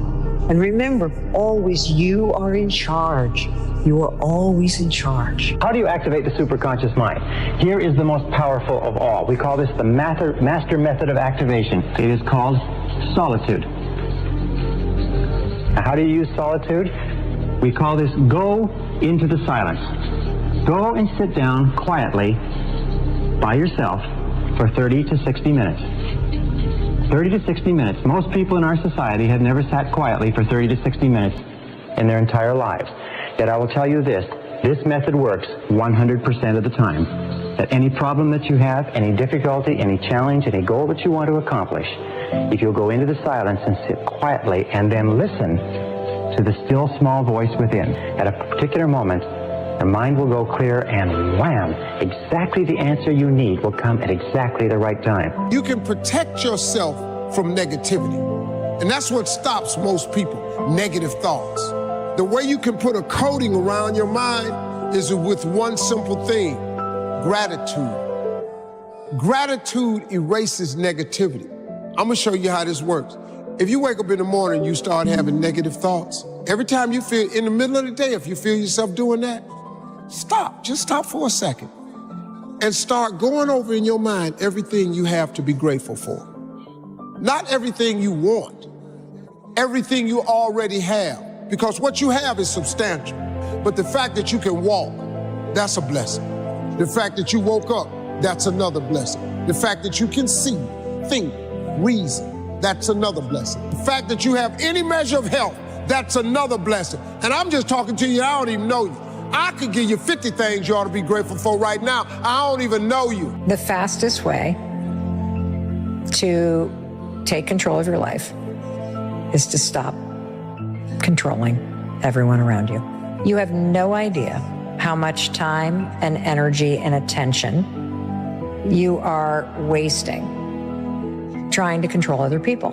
Why not worry will make you sick? I've never seen it accomplish anything. I've never seen worrying about anything change it. So I decided not to do it. If you can't do anything about it, why the hell worry about it? Every negative thought you have releases poison into your system and will kill you or give you cancer or tumors or whatever else you can think of. So if you're thinking negative about anything, erase that.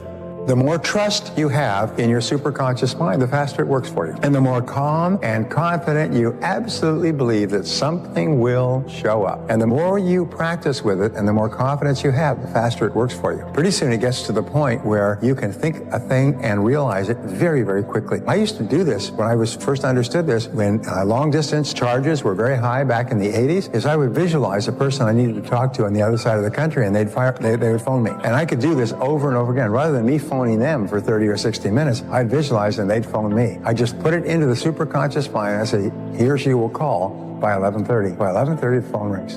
And do this over and over again. And the more confidence you have that it will work, the more rapidly it works for you. It merely requires a step of faith, a mental step of faith. The three things that's very important. He said, in order to make it in life, number one, you have to develop your mind, that you don't get in life what you want, you get in life what you are. Number two, you have to practice the principle of OQP, only quality people. You earn within $2,000 to $3,000 of your closest friends. People rub off on you. Academy Award winner Sidney Poitier said, when you go for a walk with someone, something happens. Either you adjust to their pace or they adjust to your pace. Whose pace have you adjusted to? But the other thing that he said that's most important, that's really important today, he said, develop your communication skills, because once you open your mouth, you begin to tell the world who you are. If your happiness depends on the actions of others, you're at mercy of things that you can't control. Mm-hmm. And that's never where I want to be. So I always want to live in, like, me and my therapist talk about, like, my higher goddess, my higher self. Like, I always want to live there. knowing that when I'm there, you can't take that away from me. That's mine. I think it's important to realize wherever focus goes, energy flows. It's corny, but it's true. In fact, maybe an easier way of saying it is we don't experience life. None of us do. We experience the life we focus on. So in any moment, what's wrong is always available. So it's not about being positive. It's about being intelligent. You got to live intentionally. You've got to exceed expectations. You got to be consistent. If you can do those three things, you will lead yourself very well. Working on yourself, talking to yourself. That's so very important. Overcoming the negative conversation, that inner dialogue that's going on all the time, even when you don't want it to be there. You can't stop yourself right now from thinking. You can't do it. It's going on. And so learning how to empower yourself, part of doing that is standing up to yourself. You've got to stand up inside yourself sometimes and say, shut up. I was going to give a presentation, and this voice inside of me saying, you can't do this. You don't have everything it takes. Shut up. I'm behind on my bills and you're telling me what I can't do. I have got to do it. You'll get scared sometimes. Your mind will go blank on you. Some people you will allow to unnerve you. And you wonder, what's wrong with me? I'm not crazy.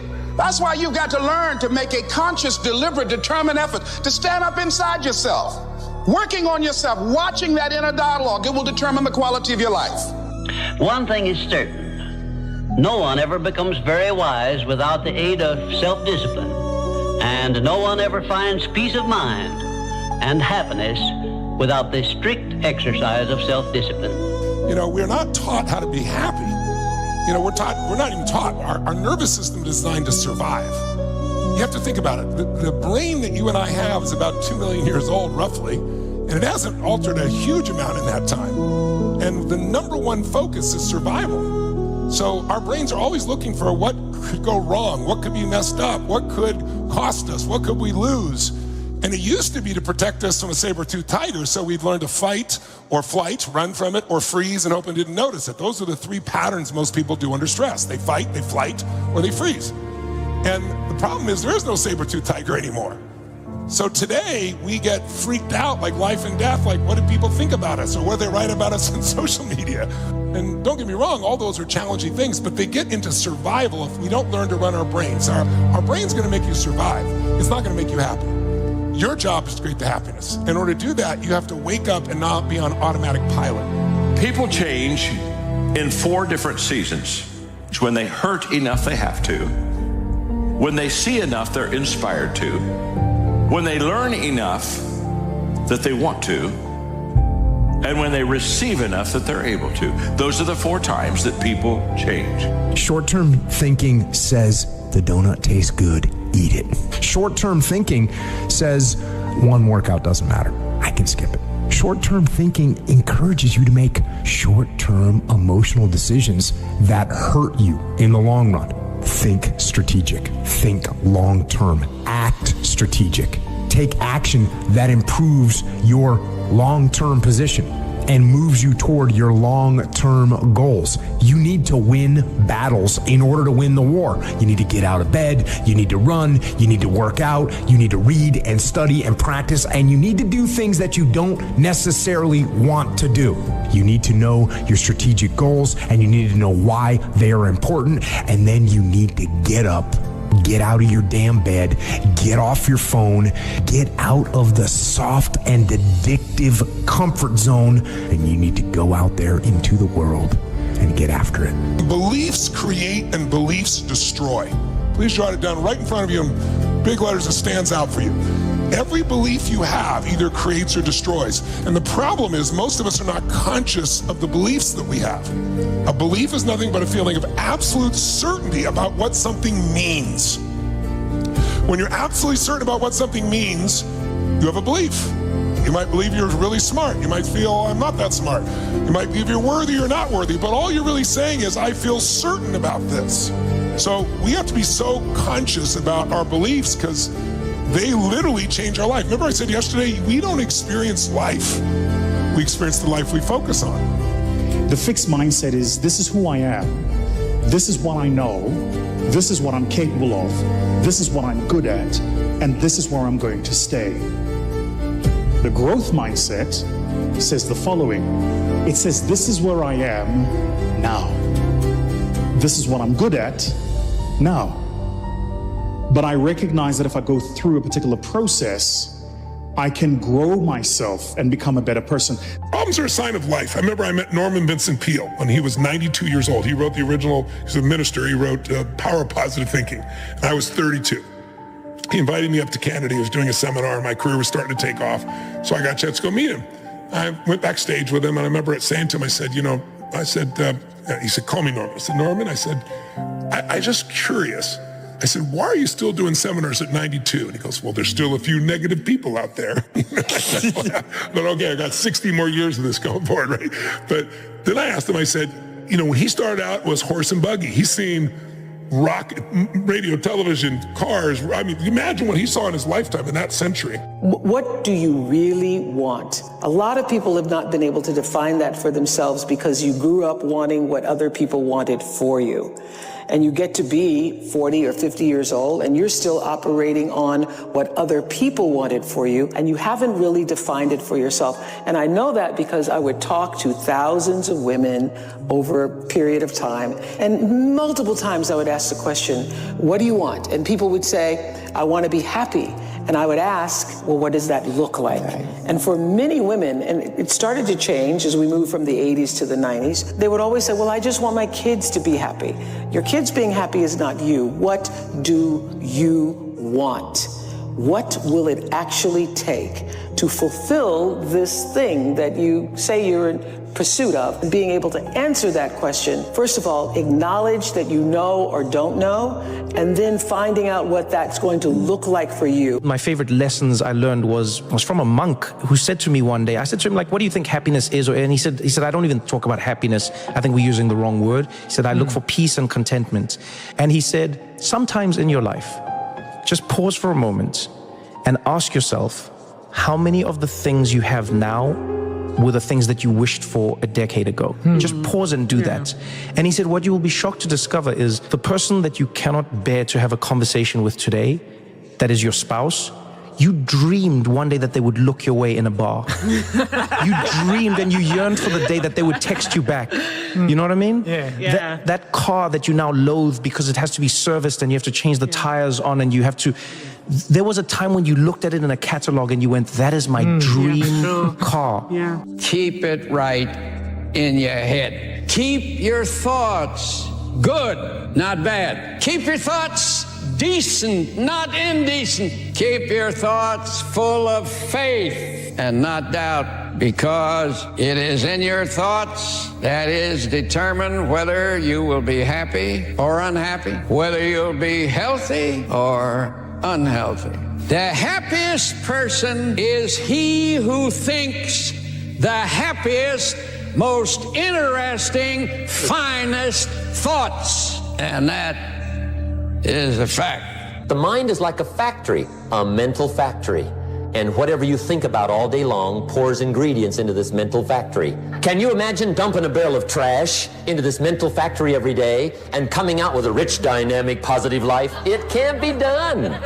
You decide what goes into your mental factory. Don't let anybody just dump anything they want to in your mental factory, because you've got to live with the results. Get over yourself. Let me explain something to you. It's not about you. The first step in leadership is to get over yourself. The first step in connecting with people is to get over yourself. The first step in communicating is to get over yourself. I tell people all the time when they say, I want to be a great communicator. I said, number one, just get over yourself. Get over the day that you're more concerned about helping people than how you look. All of a sudden, good things begin to happen. It's the key to serving others. It's the key to influencing others. And by the way, the get over yourself is the Maxwell translation. Jesus said, if you want to be first, you have to be last. Yes, you do. And if you want to rule, you have to serve. You want to live, you have to die. He was just saying, get over yourself. Thoughts create feelings. Feelings create your behaviors. And your behaviors create the outcome in your relationships, at work, with your money, whatever. The most important foundational thing to get right is how you think. And I am not a fan of positive thinking. I'm a fan of accurate thinking with a positive spin. And if you allow your mind to go to darkness, to go to negativity over and over and over again, you're building a pathway in your brain for negativity, which is why mental health is a daily practice. You need to practice accurate thinking with a positive spin over and over and over again, and then your mind will slide down that slide easily, quickly, and your life will be so much better. 3 P's that you got to annihilate, crush, or destroy if they're getting in the way of your progress in a relationship or your career or your happiness or your health. These are the 3 P's that make learned helplessness. Number 1, you think the problem is permanent. Once you've had enough disappointment, sometimes your brain doesn't want to get disappointed, so it's a permanent problem. Please write down, no problem is permanent, only your soul is permanent. Nothing's forever. Everything changes, everything eventually ends, and something new begins. That's part of life. Those are the seasons of life. The second P that keeps people in learned helplessness so they don't change, this belief's got to be annihilated, broken through, and that it's pervasive. That means that because my relationship's not great, my whole life is horrible. Then you're forgetting you do have health, or you do have friends, or you do have a job, or you do have whatever. I can breathe. And the third one is we think the problem is personal. There's something wrong with me. And if you start believing that, it becomes self-fulfilling. You give up. See, I'm not good enough. I'm not beautiful enough. I'm not smart enough. I always screw it up. So those 3 P's got to be destroyed. That's why a lot of relationships don't work. We make her Wonder Woman and she makes us Superman, and neither one of us can live up to it. And that we've got that bulb, that honeymoon bulb turned up to 100 watts, and the honeymoon's over. We're trying to deal with some real base stuff. Let's leave it at 20 watts. We're just lit, but we're not just feverishly superhuman. And I think a lot of us just purport that on someone else, and they can't live up to it. And it ends up not being fair to them. And then they do the same to us, and we both walk away going, I underwhelmed. We all want to be able to change the way we feel. That's what I spend my life showing people how to do. And what most people don't know is emotion is created by motion. The way you move determines the way you feel. You have 80 different muscles in your face, 80. For most people, this is the largest area of unemployment in the country. They use the face the same way. They feel the same emotions over and over and over again. So what I was saying is I have this deal with myself called priming. Every day I say, look, you got to have 10 minutes for yourself. If you don't have 10 minutes for yourself, you don't have a life. And I'm not going to hope I feel good. I just got back 6 countries in 12 days. I was in India 2 days ago. Wow. And I woke up here feeling like somebody ran me over with a truck. But you got yourself psyched up. But the way I did it is I do this process. It's 10 minutes. I put some music on. I do this massive change in my breathing, so it radically changes the way I feel. And then I do this 3-step process. First, I do 3 minutes of gratitude, where I think of 3 things I'm really grateful for, and I associate. I don't think of it over there. I feel it. And the reason is, when you're grateful, you can't be worried. You can't be fearful. When you're grateful, you can't be angry. And anger and fear are what screw people up most in their relationships, in their life, in their business. So I wire myself. I was saying to you that most people want to be happy, but their habit is to be worried or pissed off or frustrated or stressed. And so they've got a highway to stress and they got a dirt road to happiness. So I wire myself. I've got a highway to gratitude, which changes all your emotions. And then I do a 3-minute process of kind of a prayer for my family and friends. And then I do a 3-minute process of the top 3 things I want to accomplish. I see it as done and I feel it. I'm done in 10 minutes. So sometimes I go 20, but my deal is 10, so there's no excuse not to do it. Something happens no matter who you are, if you're average or if you're good. When you get around greatness and you stay around greatness, you start listening to great podcasts and reading great books, and you start hanging around great people, and you start becoming a part of great masterminds. Guys, you just evolve. And I don't know what happened, but every year I went from a high school dropout and homeless to I started to becoming every single day more of who I am. And I can't believe it. My next goal is to win the Nobel Prize. Why? I had to come up with something. Listen to me, you have to be careful when you hang around average people. All they're going to do is tell you what they can't do, and that's okay that they can't do it, but that has absolutely nothing to do with us. We can go from being homeless and high school dropouts to having PhDs, writing books, and becoming the voice of a generation. We can do whatever we believe we can do, and we don't need anybody's permission to do it but ours. Leadership is not a rank. Leadership is not a position. Leadership is a decision. Leadership is a choice. It has nothing to do with your position in the organization. If you decide to look after the person to the left of you and look after the person to the right of you, you have become a leader. When you really sit back at your life and you are in that dark room and you're looking at where you started from and you tell yourself, God, dog, man, my mom is this way, my soon-to-be stepdad got murdered, my dad beat the shit out of me. I can't read and write to save my soul. I've lied about it to everybody. I've cheated on all these tests. My God, man. And then you put a goal in your mind.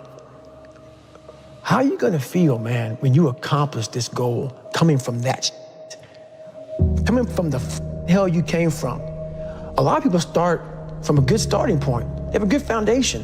What if you can surpass all of these? What if everybody who was way up here started up here, and you started with no legs. You had to grow legs to even start walking, and then crawling, and then running, and then you start passing people with all this given to them. I had to use all this negative that was making me weak and horrible as a person. I had to use this as the power that now fueled me. I had to flip it on its head and say, hold up. This might be exactly what I need. The darkness is exactly what I need. It's how you look at your situation. And I was looking at it all f***ed up. Don't rely on social media. Put it down, turn it off, shut up, be quiet, learn, read, relax, get better. First part of your life you learn, second part of your life you earn, third part of your life you return. Can you be my therapist? I already am. I don't know what that dream is that you have. I don't care how far-fetched it might appear to be. I don't care how disappointing it might have been as you've been working toward that dream. But here's what I know, that dream that you're holding in your mind, that it's possible. When it was hard, I used to wish it was easy. I didn't know. And then Mr. Schoaf gave me a part of his very unique philosophy when he said, don't wish it was easier, wish you were better. The training never what? It never ends. It never stops. I've trained everybody. The training never stops. You don't build a muscle and work out one time and then expect 5 years from now you're going to have muscle. The only thing you can count on in an organization is entropy. Meaning all things in the world, they break down. The only way you stop entropy is by constantly rebuilding. You rebuild by constant training. That's why you got to prime yourself each day. Just 10 minutes. Prime yourself psychologically, mentally, emotionally, so you are ready for prime time, called your life. I didn't give up. That's what I'm saying to everybody. We all go through pain. Some of us go through pain and it becomes our tombstone. Some of us go through pain and it's a scar. And we live a life of reward. So I'm just gonna say, again, 2025, do me a favor, check you. So you're in the ballot box and you're looking at all these options, doctor, lawyer, teacher, whatever you see, president, mayor, governor, do me a favor. Before you check off any of that, check you. And there's two very simple parts to the let them theory. Part one, you're going to use whenever you feel yourself starting to get frustrated or stressed out or annoyed or worried about what somebody else is doing, feeling, or saying. Just say, let them. Let them say what they're going to say. Let them think what they're going to think. I'm going to stop trying to control them and just let them. And the second step is when you say, let me. And when you say, let me, you remind yourself that in life, there's only three things you can control. It's what you think, it's what you do or don't do, and it's how you process the feelings that are rising up. And when you say, let me, this is where you get your power back. Let me remind myself that my power is not in what other people are doing. My power is always in my response. And when you focus on your response, and particularly you focus on showing up in a way that makes you proud of yourself, you're now in control of your life. Why would you not go for it? Why would you not take a chance? At one point in time, you got to take a chance on you. What controls the quality of your life? What controls the quality of your life? Is it money? Can you have a lot of money and still have a horrible life? Yes or no? Yes or no? Is it relationships? Can you have someone who totally loves you and still be miserable? Yes or no? So there's only two things that control the quality of your life. Please jot them down. For the rest of your life, you want to remember. The quality of my life is controlled by two things, meaning and emotion. Meaning and emotion. The meaning you give to things controls the emotion that you feel. People come up with different meanings, and that produces different emotions, and those emotions make you make different decisions. When you're angry, you're going to decide differently than when you're playful, or grateful, or excited. So the secret to life is controlling meaning and emotion. Here's the deal. From now on, if it's something personal, call it a goal. For real, let's get the terminology right. If you want a car, we're gonna name that's a goal. Don't put your car in the same category as Martin Luther King when he said, I have a dream. Don't put that in the same category. That's a different category. If you're trying to build your business portfolio, that's a goal. When you use the word dream, now you are changing other people's lives. When Dr. Martin Luther King said, I have a dream, he already had a PhD. When he said, I have a dream, he was already a minister at Ebenezer Baptist Church. When he said, I have a dream, he already had a car. When he said, I have a dream, he already had a wife. When he said, I have a dream, he already had children. When he said, I have a dream, he had already won the Nobel Prize. When he said, I have a dream, he had already met with the president. When he said, I have a dream, he was already one of the most influential people on the planet. When he said, I have a dream, he wasn't talking about himself, he was talking about you and I. And so I want you to redefine, when you say money, you say goal. Say, I have a goal. I have a target. When you say I have a dream, that's beyond. I was riding with a friend the other day, and I know this friend of mine who has been working on a job where she's been miserable for a long time. She was telling me about how she was miserable on the job and how she was so unhappy. So I said, if it's that stressful, and if it's causing you that much pain, I say, why don't you just quit and do something else? And she said something that really put her in the chorus line with a lot of other people. She said, I would, but. And then I started thinking about that. I said, let me take a poll. So I started talking to other people, and I would ask them what they were doing. And I said, but is that your passion? And they would say no. I said, then what's your real passion? And they would tell me what their real passion was. Then I said, well, then why aren't you doing what you really want to do? Oh, I can do it, but. And they would continue on. So this word, but just kept on coming up. And then it also has some friends like woulda and coulda and shoulda. And one day, I'm gonna have my own business. Those people who talk about one day I'm gonna. Some of y'all know some of those one day I'm gonna people. Raise your hand. Some of you get up in the morning and look in the mirror at that person. I just tease it, all right? So how is it that many times we block ourselves and we use these words almost like we're in a trance, like we're sleepwalking through life, that we find ways to cancel out our dreams? And I think that but is a dream killer.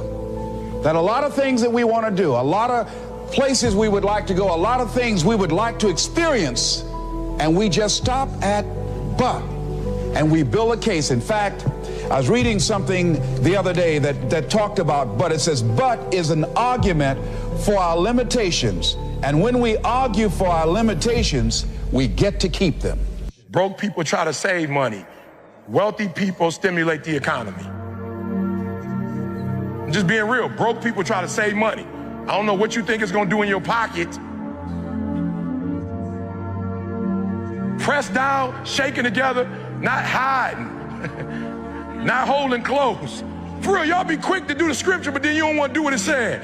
It said, press down, shaking together, bro. The same measure that you give, it shall be, and you don't want to give nobody a tip.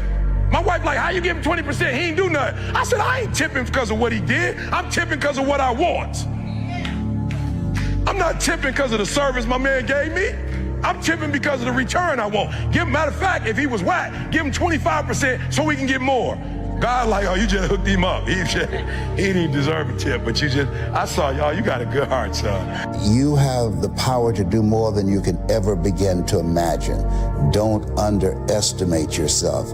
You don't know enough about yourself to become a cynic. And so you've got to challenge yourself to access that power that you have within you. You're more than a conqueror. See, you can do anything. You can get up any hour, read any book, take any class, make any change, develop any skill, do any discipline. I mean, you can do it all.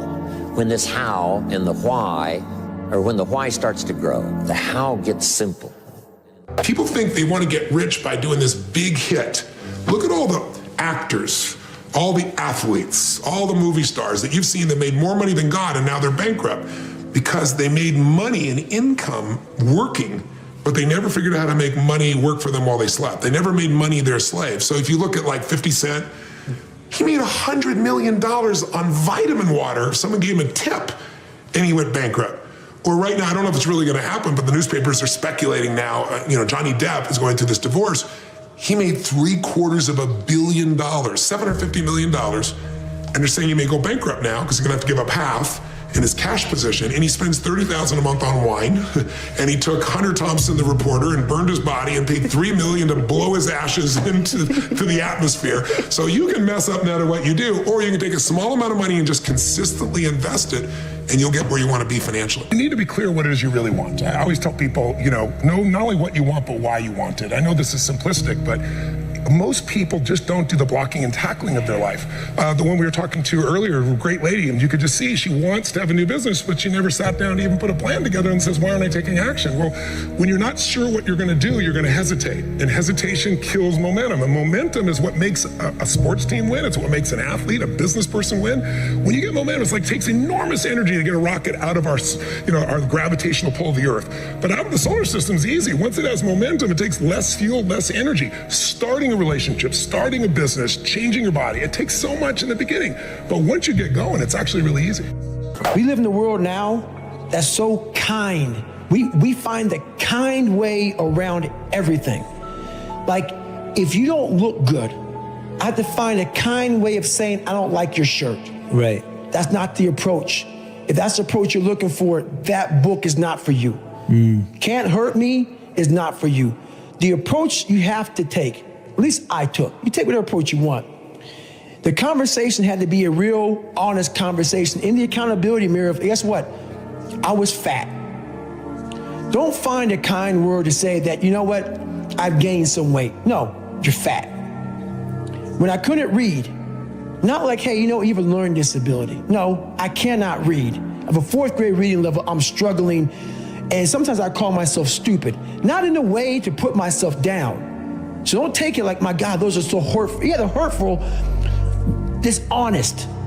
The conversation has to become an honest conversation of where you're at mentally. Where am I at mentally? I look like I feel like I'm not this, I'm falling behind in school.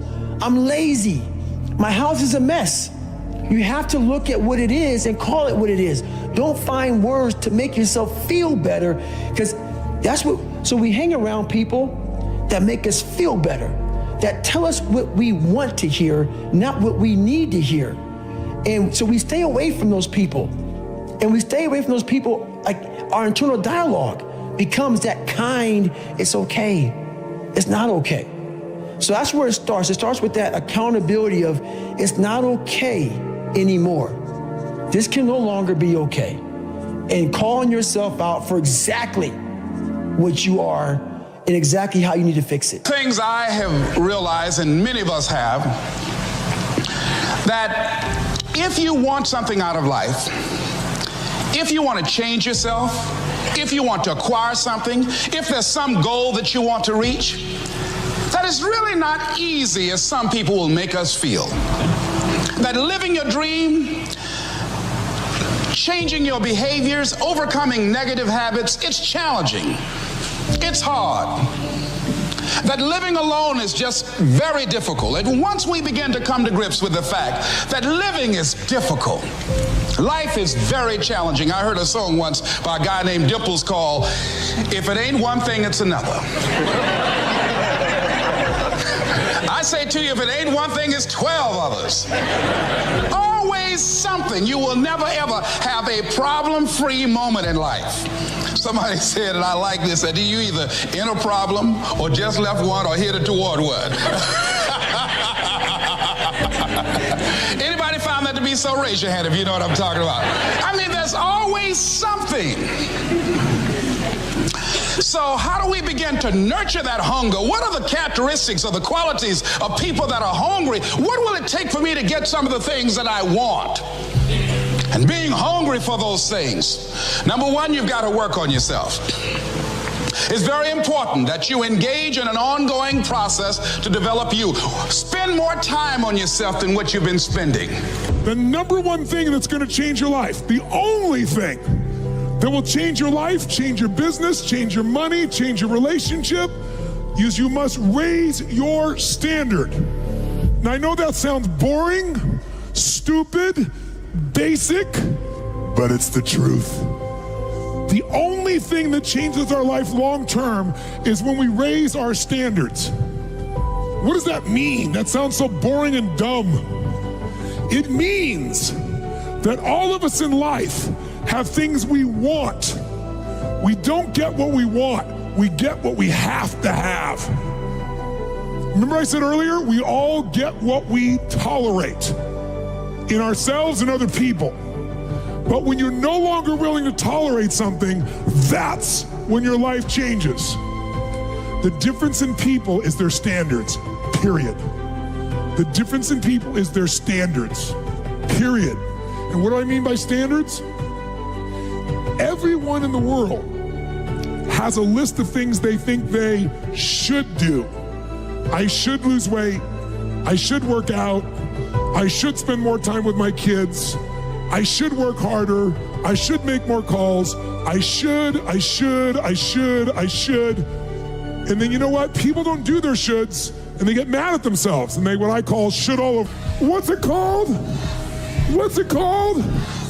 Outstanding, magnificent, unstoppable, extraordinary, not excellent. It's a different level.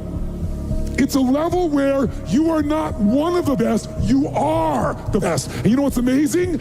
You only have to be 2 millimeters more than everybody else and you get everything. You get the joy, the laughter, the fun, the family, the passion, the economics, the freedom, the spirit. It's all there. What Jerry Maguire called the Quan, baby. All of it. And it's just 2 millimeters above, and most excellent people give up because they're exhausted. And there's some people who go, the harder I hit it, the more I hit it, sooner or later it's going down, I'm not stopping. And when you do that enough, it pops open. How many of you ever decided not to do something based upon an assumption? Raise your hands, please. And so that's why it's important for us to be strategic and experiential and being able to tell the story to distract them from their current story, distract, dispute, break down the limited belief system, and inspire them to say yes to a new opportunity in their lives. And so as a result, I didn't do what I'm doing now because I had such a tremendous inferiority complex because of my lack of college education. I stopped myself. There's an African proverb that says there's no enemy within, the enemy outside can do us no harm. And so as you look at yourself, as you look at your goals, and look at your dreams, it's very important that you take time every day and write this down to retrain your thinking. You got to retrain your thinking. Because how we live our lives is a result of the story that we bought into. You know what's so funny? Before the beginning even begins. And what that means is I know that to get to the very end, I can see it right now. So before I went to Buds, and I was losing all this weight and shit, I saw myself walking across the stage at 191 pounds, because that's what I had to get to get into the door. I saw myself 6 months, a year later, whatever's going to take me to do it, I saw myself walking across that stage, getting that certificate of graduation from Buds. And I was able to be there at 300 pounds. And that feeling that I was nowhere near that feeling, I was able to put myself there 1,000,000 times every day. And that feeling of like, my God, that is going to feel amazing. That's what made me suffer. That's what allowed the pain to be real and say, this is worth it. I want to feel for this next 18 months. It took me 18 months to finally become a Navy SEAL, to finally, just get through Buds. 18 months, it's 6 months. It took me 18. That's what woke me up every morning was, I'm gonna put myself through this much pain and suffering for a few seconds. That's all it is. A few seconds of joy. And it's so worth it, man. That's what people don't get. So I'm able to put myself at the finish line, even though I have no finish line, but at the finish line of an event before I even start to say, how are you gonna feel at the end of this? Visualizing is my biggest tool of life. That's why I've been able to put myself in cold water, put myself in a 100-mile race millions of times before I've done it. And I'm able to go through the race and see how I'm going to feel at mile 50. Almost to the exact feeling. Right, so when it comes up, it's no surprise. It's no surprise. I've already done this a million times. Mm-hmm. If you stay in your comfort zone, that's where you will fail. You will fail in your comfort zone. Success is not a comfortable procedure. It is a very uncomfortable thing to attempt. So you got to get comfortable being uncomfortable if you ever want to be successful. Path of least resistance never makes you happy. It's like, you have to push yourself. Self-esteem, esteem for yourself is earned by you doing something difficult for you. When you do something that's incredibly hard and you push through it, your brain starts to have inner pride, not fake ego. Most people have a belief about what their real potential is no matter what you tell them. And that affects how much action they take. And of course that affects the result. And then ironically, that result reinforces their belief. And then that belief affects it. So I'll give you an example. Let's say a person has unlimited potential, we all agree. But they take little action, little results. Why? Because they have to start with a problem with their belief. They don't believe it's really going to happen for me. Maybe for Frank Kearns because he's got the cool hair and stuff, or maybe it's for you because you're so driven, but it's not me. Maybe Tony Robbins because he's a freak, got these big teeth. Whatever their thought process is, right? They got this thing, right? But what happens is, if you believe that there's very little potential, how much action are you going to take? Nothing, little. And when you take little potential with a little action, what kind of results do you get? Lousy little results. And when you get little results, what does that do to your belief? You go, see, I told you this was a waste of time, told you this wouldn't work. And then what happens? You tap even less potential. You take even less action. You get even worse results, and your belief gets even weaker. And this sucker feeds on itself until you are in a downward spiral. It's poisonous. It's poisonous and it's self-fulfilling. Now, what if something could happen that could come along and fill you with a sense of absolute certainty? Not like I believe, but mean where you know. In you guys' case, mine as well, we knew because we had to, because we burned the boats. There was no other option. We had to find a way. We weren't going to live that way. We all did it in different ways and for different reasons, but in essence, that was it. If you get yourself in a state of certainty that this is going to work, I'm going to find a way, and if this doesn't work, I will make the way, then you tap a lot more potential. And when you're certain in your potential, you take massive action. When you take massive action, you really believe in something, you get great results. When you get great results, your brain goes, see, I told you I was a stud. I told you this thing would work out. Now you're even stronger. You tap more potential, take greater action, greater results. That's how you went from $300 in a week to $2,500 in 5 days to $100,000 in a month to $1 million in a day. Same thing with you. And we get momentum. That's why the rich get richer and the poor get poorer. Now, some people go out and they go, well, I'm going to take a bunch of action. All right, I'm going to open this product. I'm going to try it. And they'll say to you, I even did it. But it's like a salesman who goes and knocks on the door, and he knocks on 100 doors and says, you don't want one of these, do you? Yeah, exactly right. And even if he doesn't say it verbally, his face says it because he doesn't believe it's going to work. So his voice, his body, the execution is so weak. Maybe if he talks to 100 people, somebody's going to buy out of pity. He's going to want his kids to starve, right? But he's not going to get the result. So the core difference in people is, how do you produce certainty when the world isn't giving it to you? You go out and you try. In your case, you're 100,000 in debt, nothing's working. How do you keep yourself going? The way you did it, the way I did it, the way you're doing it, we may not have done it consciously, is we didn't change our potential. That was there. And it wasn't even taking more action. Taking more action with a belief it's not going to work, it's not going to change anything. We got results in our head that made us feel certain as if it had already happened. So you have to say, here's where I am, here's where I want to be, and you have to be honest. It's not where I want to be. It's uncomfortable. But then the second part is you got to uncover, face the truth, what has gotten in the way in the past. And there's only 5 things usually. Fear of failure, fear of success, fear of unknown, fear of not looking good, fear of all those things. Or 2, a limiting belief, like, I've tried everything. Once you believe that, you don't even try anything anymore. Someone trying to lose weight, that's the common one they'll say, because they've tried a bunch of things that didn't work. Or all the good ones are gone, Right. All right. Or they're gay and I'm not, or I'm gay and they're not, or whatever the story is. There's a story, a belief system that limits them, and so it keeps them from maximizing their ability. Third thing that could have gotten in the way, some other emotion, overwhelm, stress, anger, resentment. Those things just shut down your progress. What do you think is the greatest human skill? Not habit, but mindset and skill. That's a great question. I don't know if I got what the greatest, there's so many. It depends on what you want out of your life, right? Yeah. But I think the ability to manage your own mind and emotions is probably one of the single most important. And maybe the second is the ability to influence others, because that's what makes you a leader. You have to sacrifice your lower self to your higher self in order for you to proceed in a healthy manner, to be resilient, but also for you to participate in the covenant that would make for a united society. Somebody said, and I like this, that you either in a problem or just left one or headed toward one. Anybody found that to be so? Raise your hand if you know what I'm talking about. I mean, there's always something. So how do we begin to nurture that hunger? What are the characteristics or the qualities of people that are hungry? What will it take for me to get some of the things that I want? And being hungry for those things. Number one, you've got to work on yourself. It's very important that you engage in an ongoing process to develop you. Spend more time on yourself than what you've been spending. It's very important. You owe that to yourself. I was reading a book by Og Mandino called The University of Success. Read one line, gave me a chill. I didn't have to read anything else in the book. He said, many of us never realize our greatness because we become sidetracked by secondary activity. We spread ourselves too thin, don't know how to say no.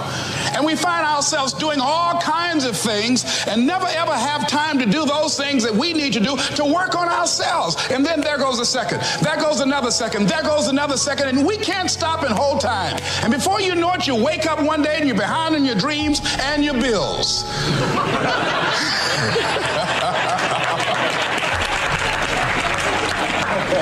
So decide that you're going to take some time to work on you, that you deserve that from yourself, that your life deserves some prime time, because you are creating your own production. As Michael Todd would say, you are the star of your show. You are the director. You're writing the script. And you will determine whether your life is a smash office hit or flop. You determine that. Working on yourself, talking to yourself. That's so very important. Overcoming the negative conversation, that inner dialogue that's going on all the time, even when you don't want it to be there. You can't stop yourself right now from thinking. You can't do it. It's going on. And so learning how to empower yourself, part of doing that is standing up to yourself. You've got to stand up inside yourself sometimes and say, shut up! You've got to do this. I was going to give a presentation, and this voice inside of me saying, you can't do this. You don't have everything it takes. Shut up! I'm behind on my bills, and you're telling me what I can't do. I have got to do it. You'll get scared sometimes. Your mind will go blank on you. Some people you will allow to unnerve you. And you wonder, what's wrong with me? I'm not crazy. That's why you've got to learn to make a conscious, deliberate, determined effort to stand up inside yourself. Working on yourself, watching that inner dialogue, it will determine the quality of your life. I don't believe this. I know this. I've had a challenge of losing weight. I'm walking through the airport, this voice say, why don't you have some M&M peanuts? No!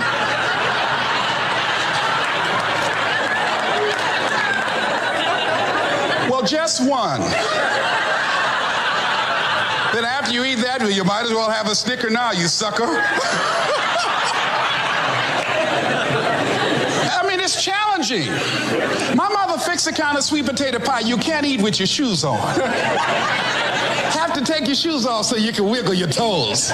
It sticks on my fingers. It says, eat it. One little bite won't hurt. We can't ever get rid of shame. What we can do is develop resilience to shame. If something happens and you're overwhelmed with shame, the first thing you need to do is get back on your emotional feet. Don't talk, text, or type to anyone. Get into a dark, quiet place and then talk to yourself like you talk to someone you love. Just be like, dude, it's okay. Like, you screwed this up. You're gonna have to circle back and clean that stuff up.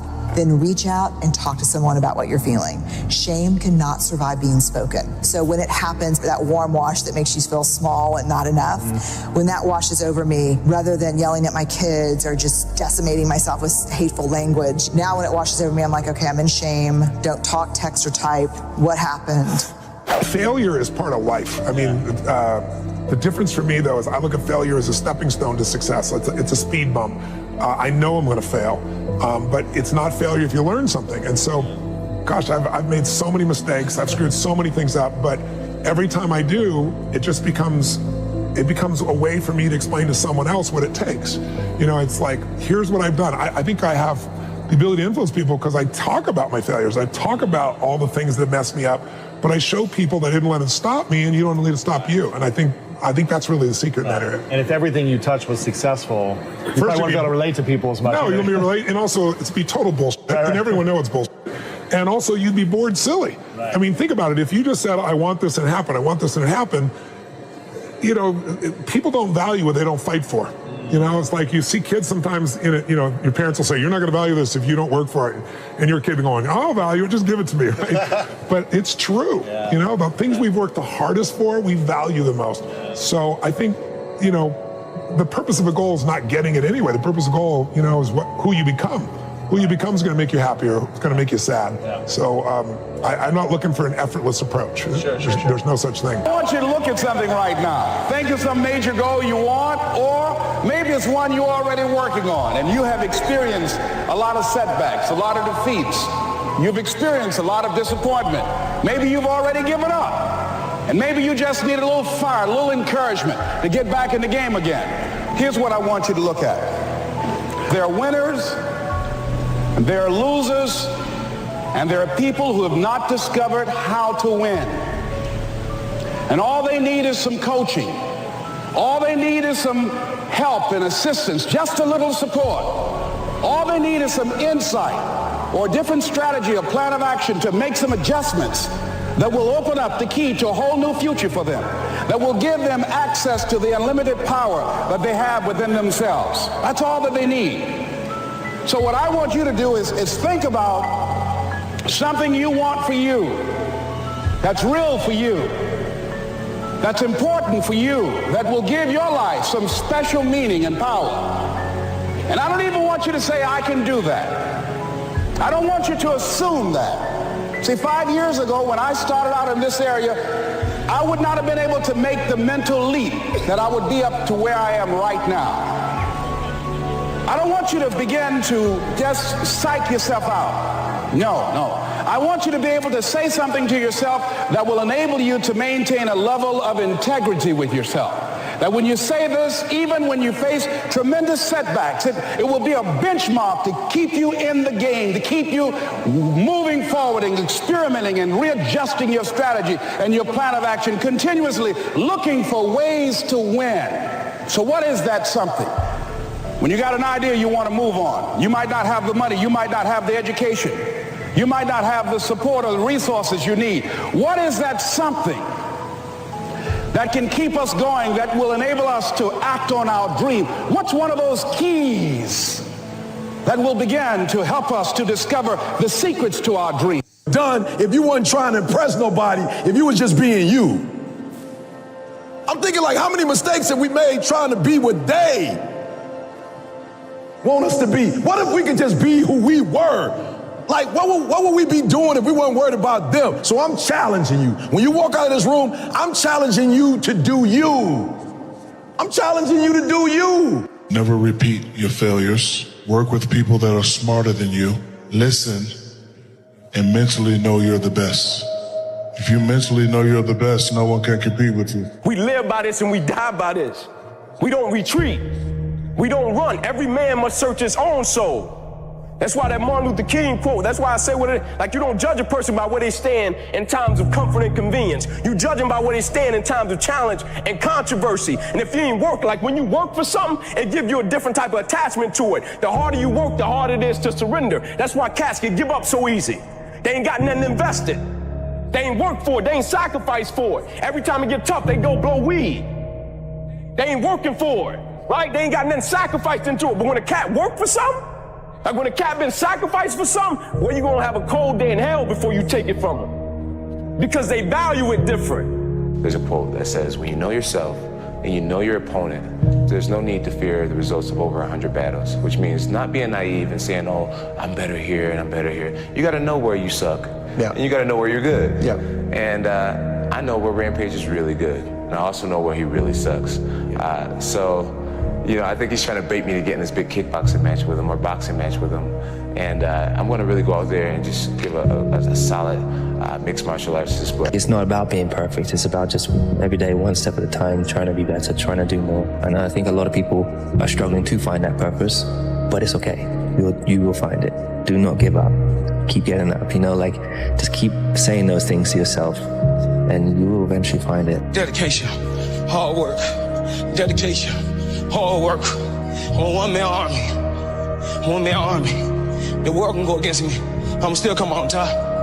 I got God on my side. Go back to the gym, work, because you have more to show. You understand? Life continue. You cannot live in the past. I'm really good on that. You understand? I learned by the years that, listen, Cristiano, let's go. Because pain, you're going to have all the time, uncertainty and constant work. Doesn't matter what's happening. It's going to happen in your life. You have to continue. This is the way I see the life, and football especially. Be the guy who embraces the ugly, the miserable. Be the guy who embraces hard work, the grind. Don't be afraid of being hurt. Don't be afraid of sacrificing some blood. John, you should want this fight to be miserable. You should want this to hurt. Be the guy who thrives in that. And I felt like I was that guy tonight. My view is you can't control the outcome all the time. Sometimes it should go the other people's way. It shouldn't always go your way. So you get motivated by the losses. You stay motivated through the winning. What you can control is your process. You can control those intangibles. You can control the work ethic, the consistent discipline, your attitude, your culture, how much you care. All those things are in you. They just need to be drawn out of you. Do you want to do this or not? Do you actually want to do this or not? Do you actually want to do this or not? Because if you actually want to do it, what's going to stop you? Nothing. And if you don't really want to do it, what's going to stop you? Just about anything that comes up. Just about any obstacle that gets in your way becomes an excuse. It becomes a reason. It becomes a rationale for not proceeding down that path. Nothing is easy. Running is running. It sucks. But you have a choice to make. Do you want to sit down and go back to that guy you once were? No. So this is what it takes. The barbaric life that I live, that you have to live, the almost obsession that you must have to be great, you can't put that shit in a fucking book, bro. You can't put it in a book. You can't write about it. Every second of the day, he is trying to extract more from something. He's constantly thinking, he's constantly disciplined, never going off the path. It's a conqueror's mindset.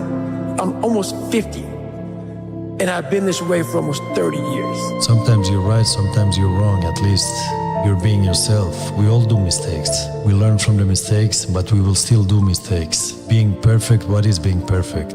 You build up something that doesn't exist. For me, perfection is being yourself, and I am being myself. People like it or not, I don't care as long as I'm being myself. Hard work pays. I put in a hell of a lot of work all throughout this build-up in the fight. I pumped out more content than anybody, more content than Fox, more content than ESPN, more content than BT Sport, more content than everybody on the Mag Live on my own channels.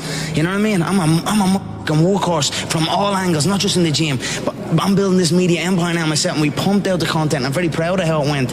We consistently, daily movies I was releasing, from like a month ago, every single day.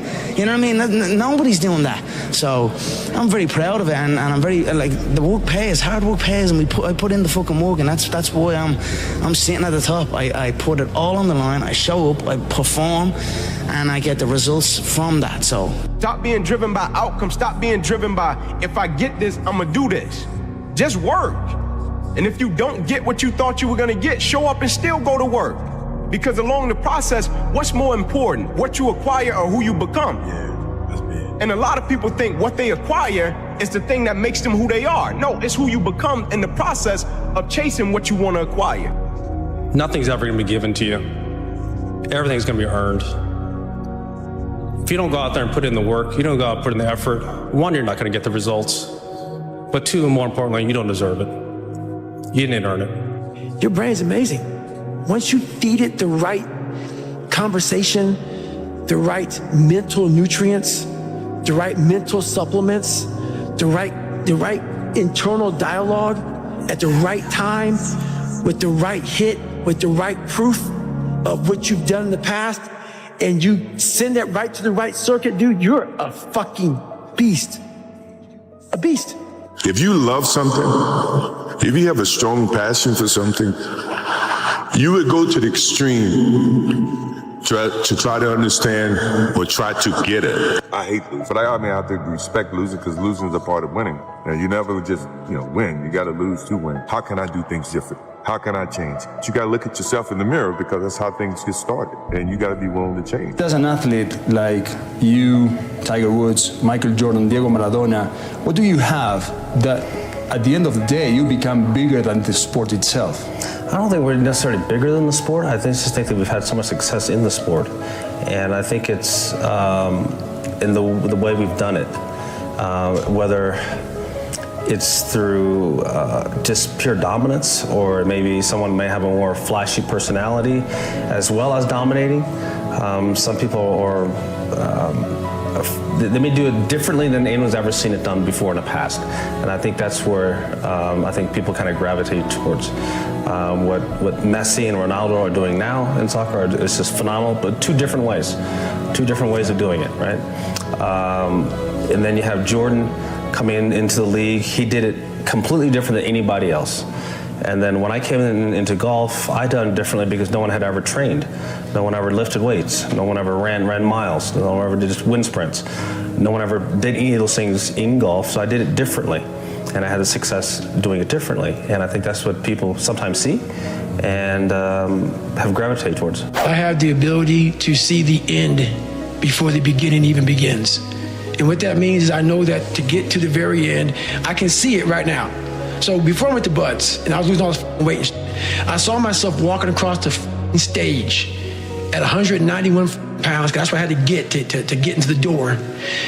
I saw myself 6 months, a year later, whatever's gonna take me to do it, I saw myself walking across that stage, getting that certificate of graduation from Buds. And I was able to be there at 300 pounds. And that feeling, that I was nowhere near that feeling, I was able to put myself there 1,000,000 times every day. And that feeling of like, my God, that is gonna feel amazing. That's what made me suffer. That's what allowed the pain to be real and say, this is worth it. I want to feel for this next 18 months. It took me 18 months to finally become a Navy SEAL, to finally, just get through Buds. 18 months, it's 6 months. It took me 18. That's what woke me up every morning was, I'm gonna put myself through this much pain and suffering for a few seconds. That's all it is. A few seconds of joy.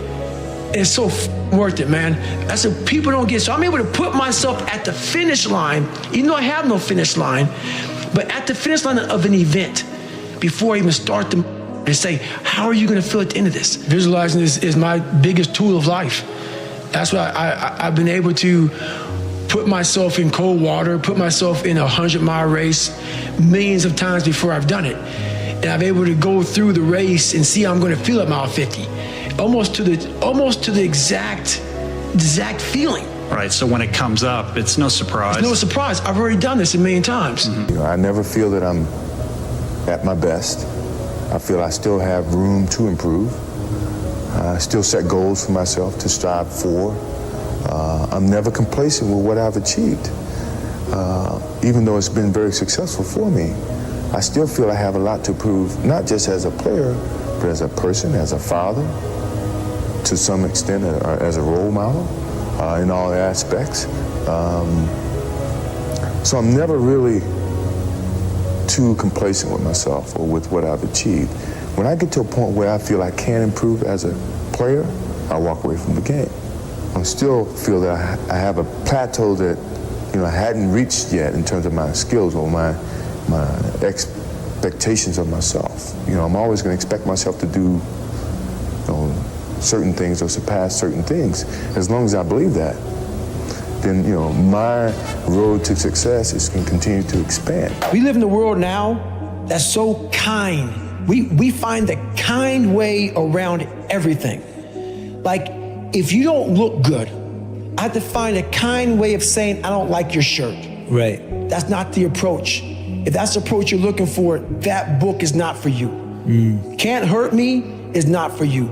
The approach you have to take, at least I took, you take whatever approach you want. The conversation had to be a real, honest conversation in the accountability mirror of, guess what? I was fat. Don't find a kind word to say that, you know what, I've gained some weight. No, you're fat. When I couldn't read, not like, hey, you know, you have a learning disability. No, I cannot read. I have a 4th grade reading level, I'm struggling, and sometimes I call myself stupid. Not in a way to put myself down. So don't take it like, my God, those are so hurtful. Yeah, they're hurtful, dishonest. The conversation has to become an honest conversation of where you're at mentally. Where am I at mentally? I look like I feel like I'm falling behind in school. I'm lazy. My house is a mess. You have to look at what it is and call it what it is. Don't find words to make yourself feel better, because so we hang around people that make us feel better, that tell us what we want to hear, not what we need to hear. And so we stay away from those people.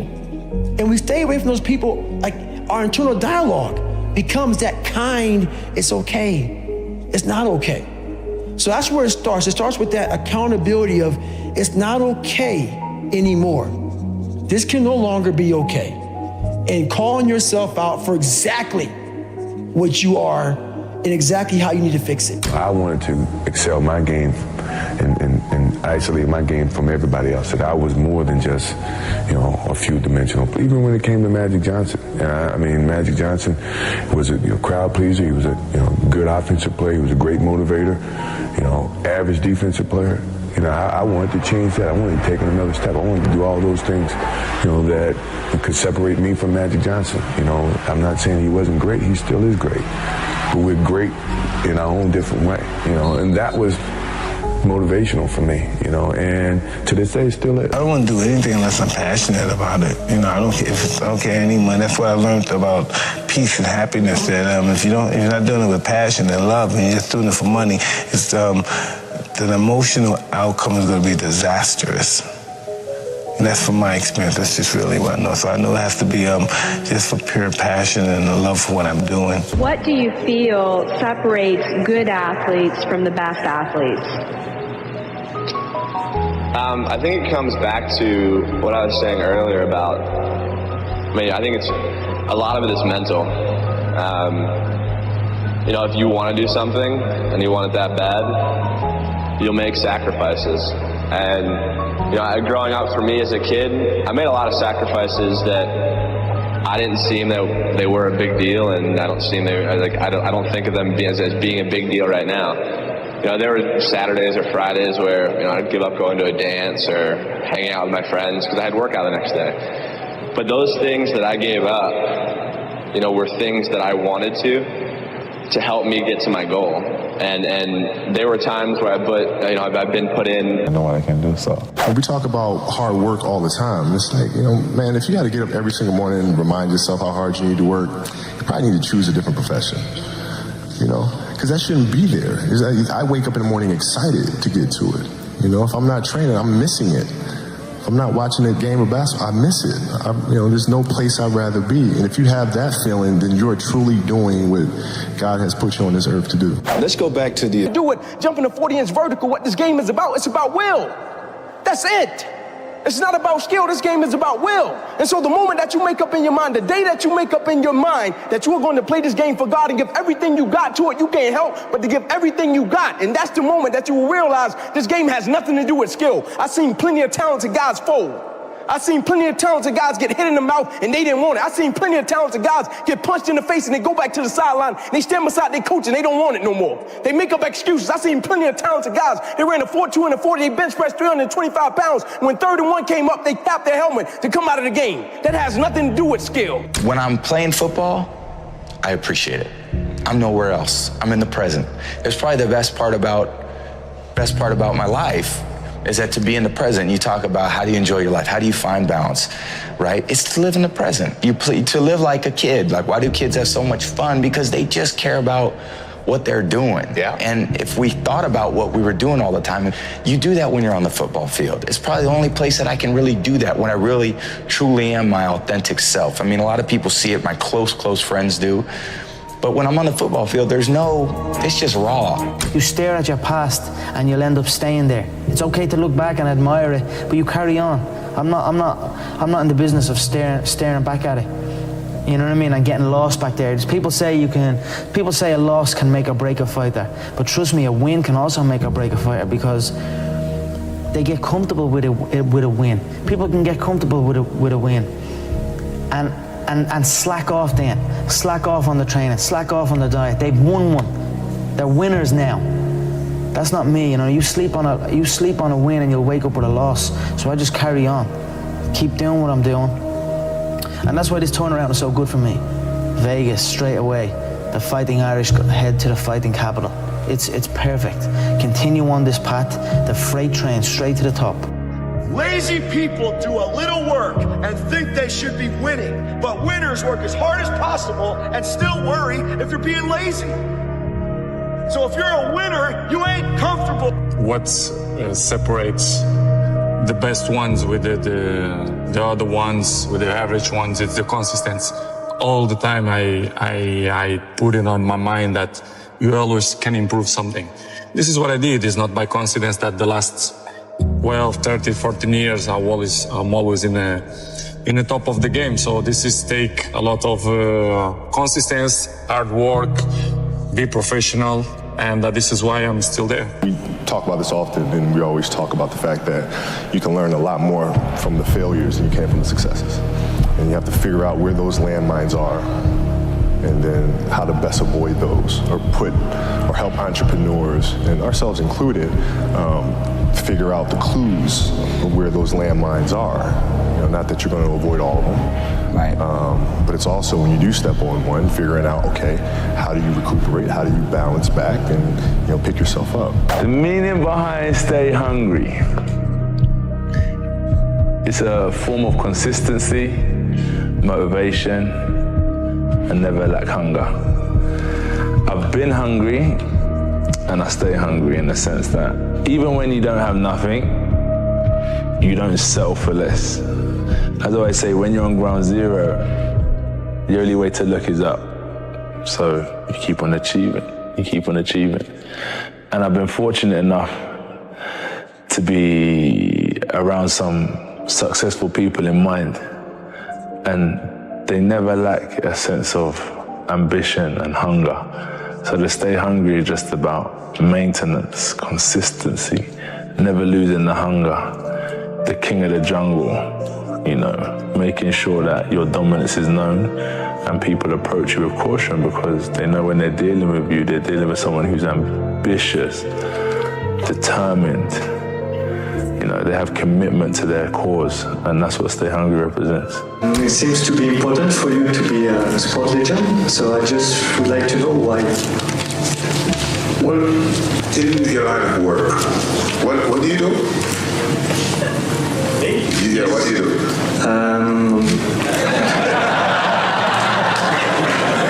I'm working in the International Automobile Federation as a project manager. Yeah, and you want to be the best you can be. You want people to remember you. You want people to know who you are. You want the best because when they call, you want them to ask for your name specifically. So that's how we look at it in our sports. We want to be the best. So at the end of the day, they can say, all right, Usain was one of the greatest athletes. When they talk about track and field, the first thing I want them to say is that Usain Bolt. So that's what I look at it. That's what I work towards, to be the best.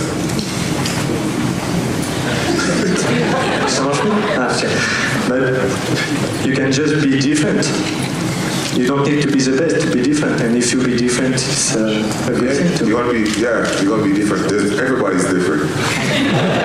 Everybody's trying to figure because some athletes are serious. Back in the days, every athlete's were serious, so everybody was like, yeah, they're serious. But I've changed the game a little bit. So I've really done many things that I've changed the game that made it different already. So I'm slightly different also. But the fact is, people are gonna say, yeah, it was different, but I want them to say it was the greatest. That's what I want. I don't want people to just say I was different. I want them to say he was the best at his sport. He was the best at what he did. It was different, and it was fun to watch. So for me, that's what I really want. Fear comes in many forms. There's some things that I can't get over. and I'll always be scared of. But I take the positive from it. Like, I'm never so confident I'm gonna win. It's probably the fact that I'm scared to fail. No one forces me to do anything. I make the decision myself, and if I didn't want to do it, I wouldn't. So when I'm faced with the challenge, I just embrace it. And what can one man do except for give his best? If you fail, you try again. If you win, you try again and get better. So as long as you maintain and you stay consistent, you'll forever be a winner and a champion, and the people who love you in their eyes because they support you nevertheless, as long as you're trying again and again and again. What makes you such a good fighter? I don't know, I'm just curious about it. It's never, I mean, it's in my head 24/7. There's nothing else I can think. I don't think about nothing else. And that's it. I'm just curiously fascinated with it, and I can't stop thinking about it. Everything I do in my life is related to this. I don't do nothing else if it's not got to do with fighting. You know what I mean? And that is why. You know what I mean? To be true. Is that nearly? All you've got to do is show up. Is that not unhealthy? I don't know. Do I look unhealthy? Take a look at this physique. I'm in phenomenal shape, in body and mind.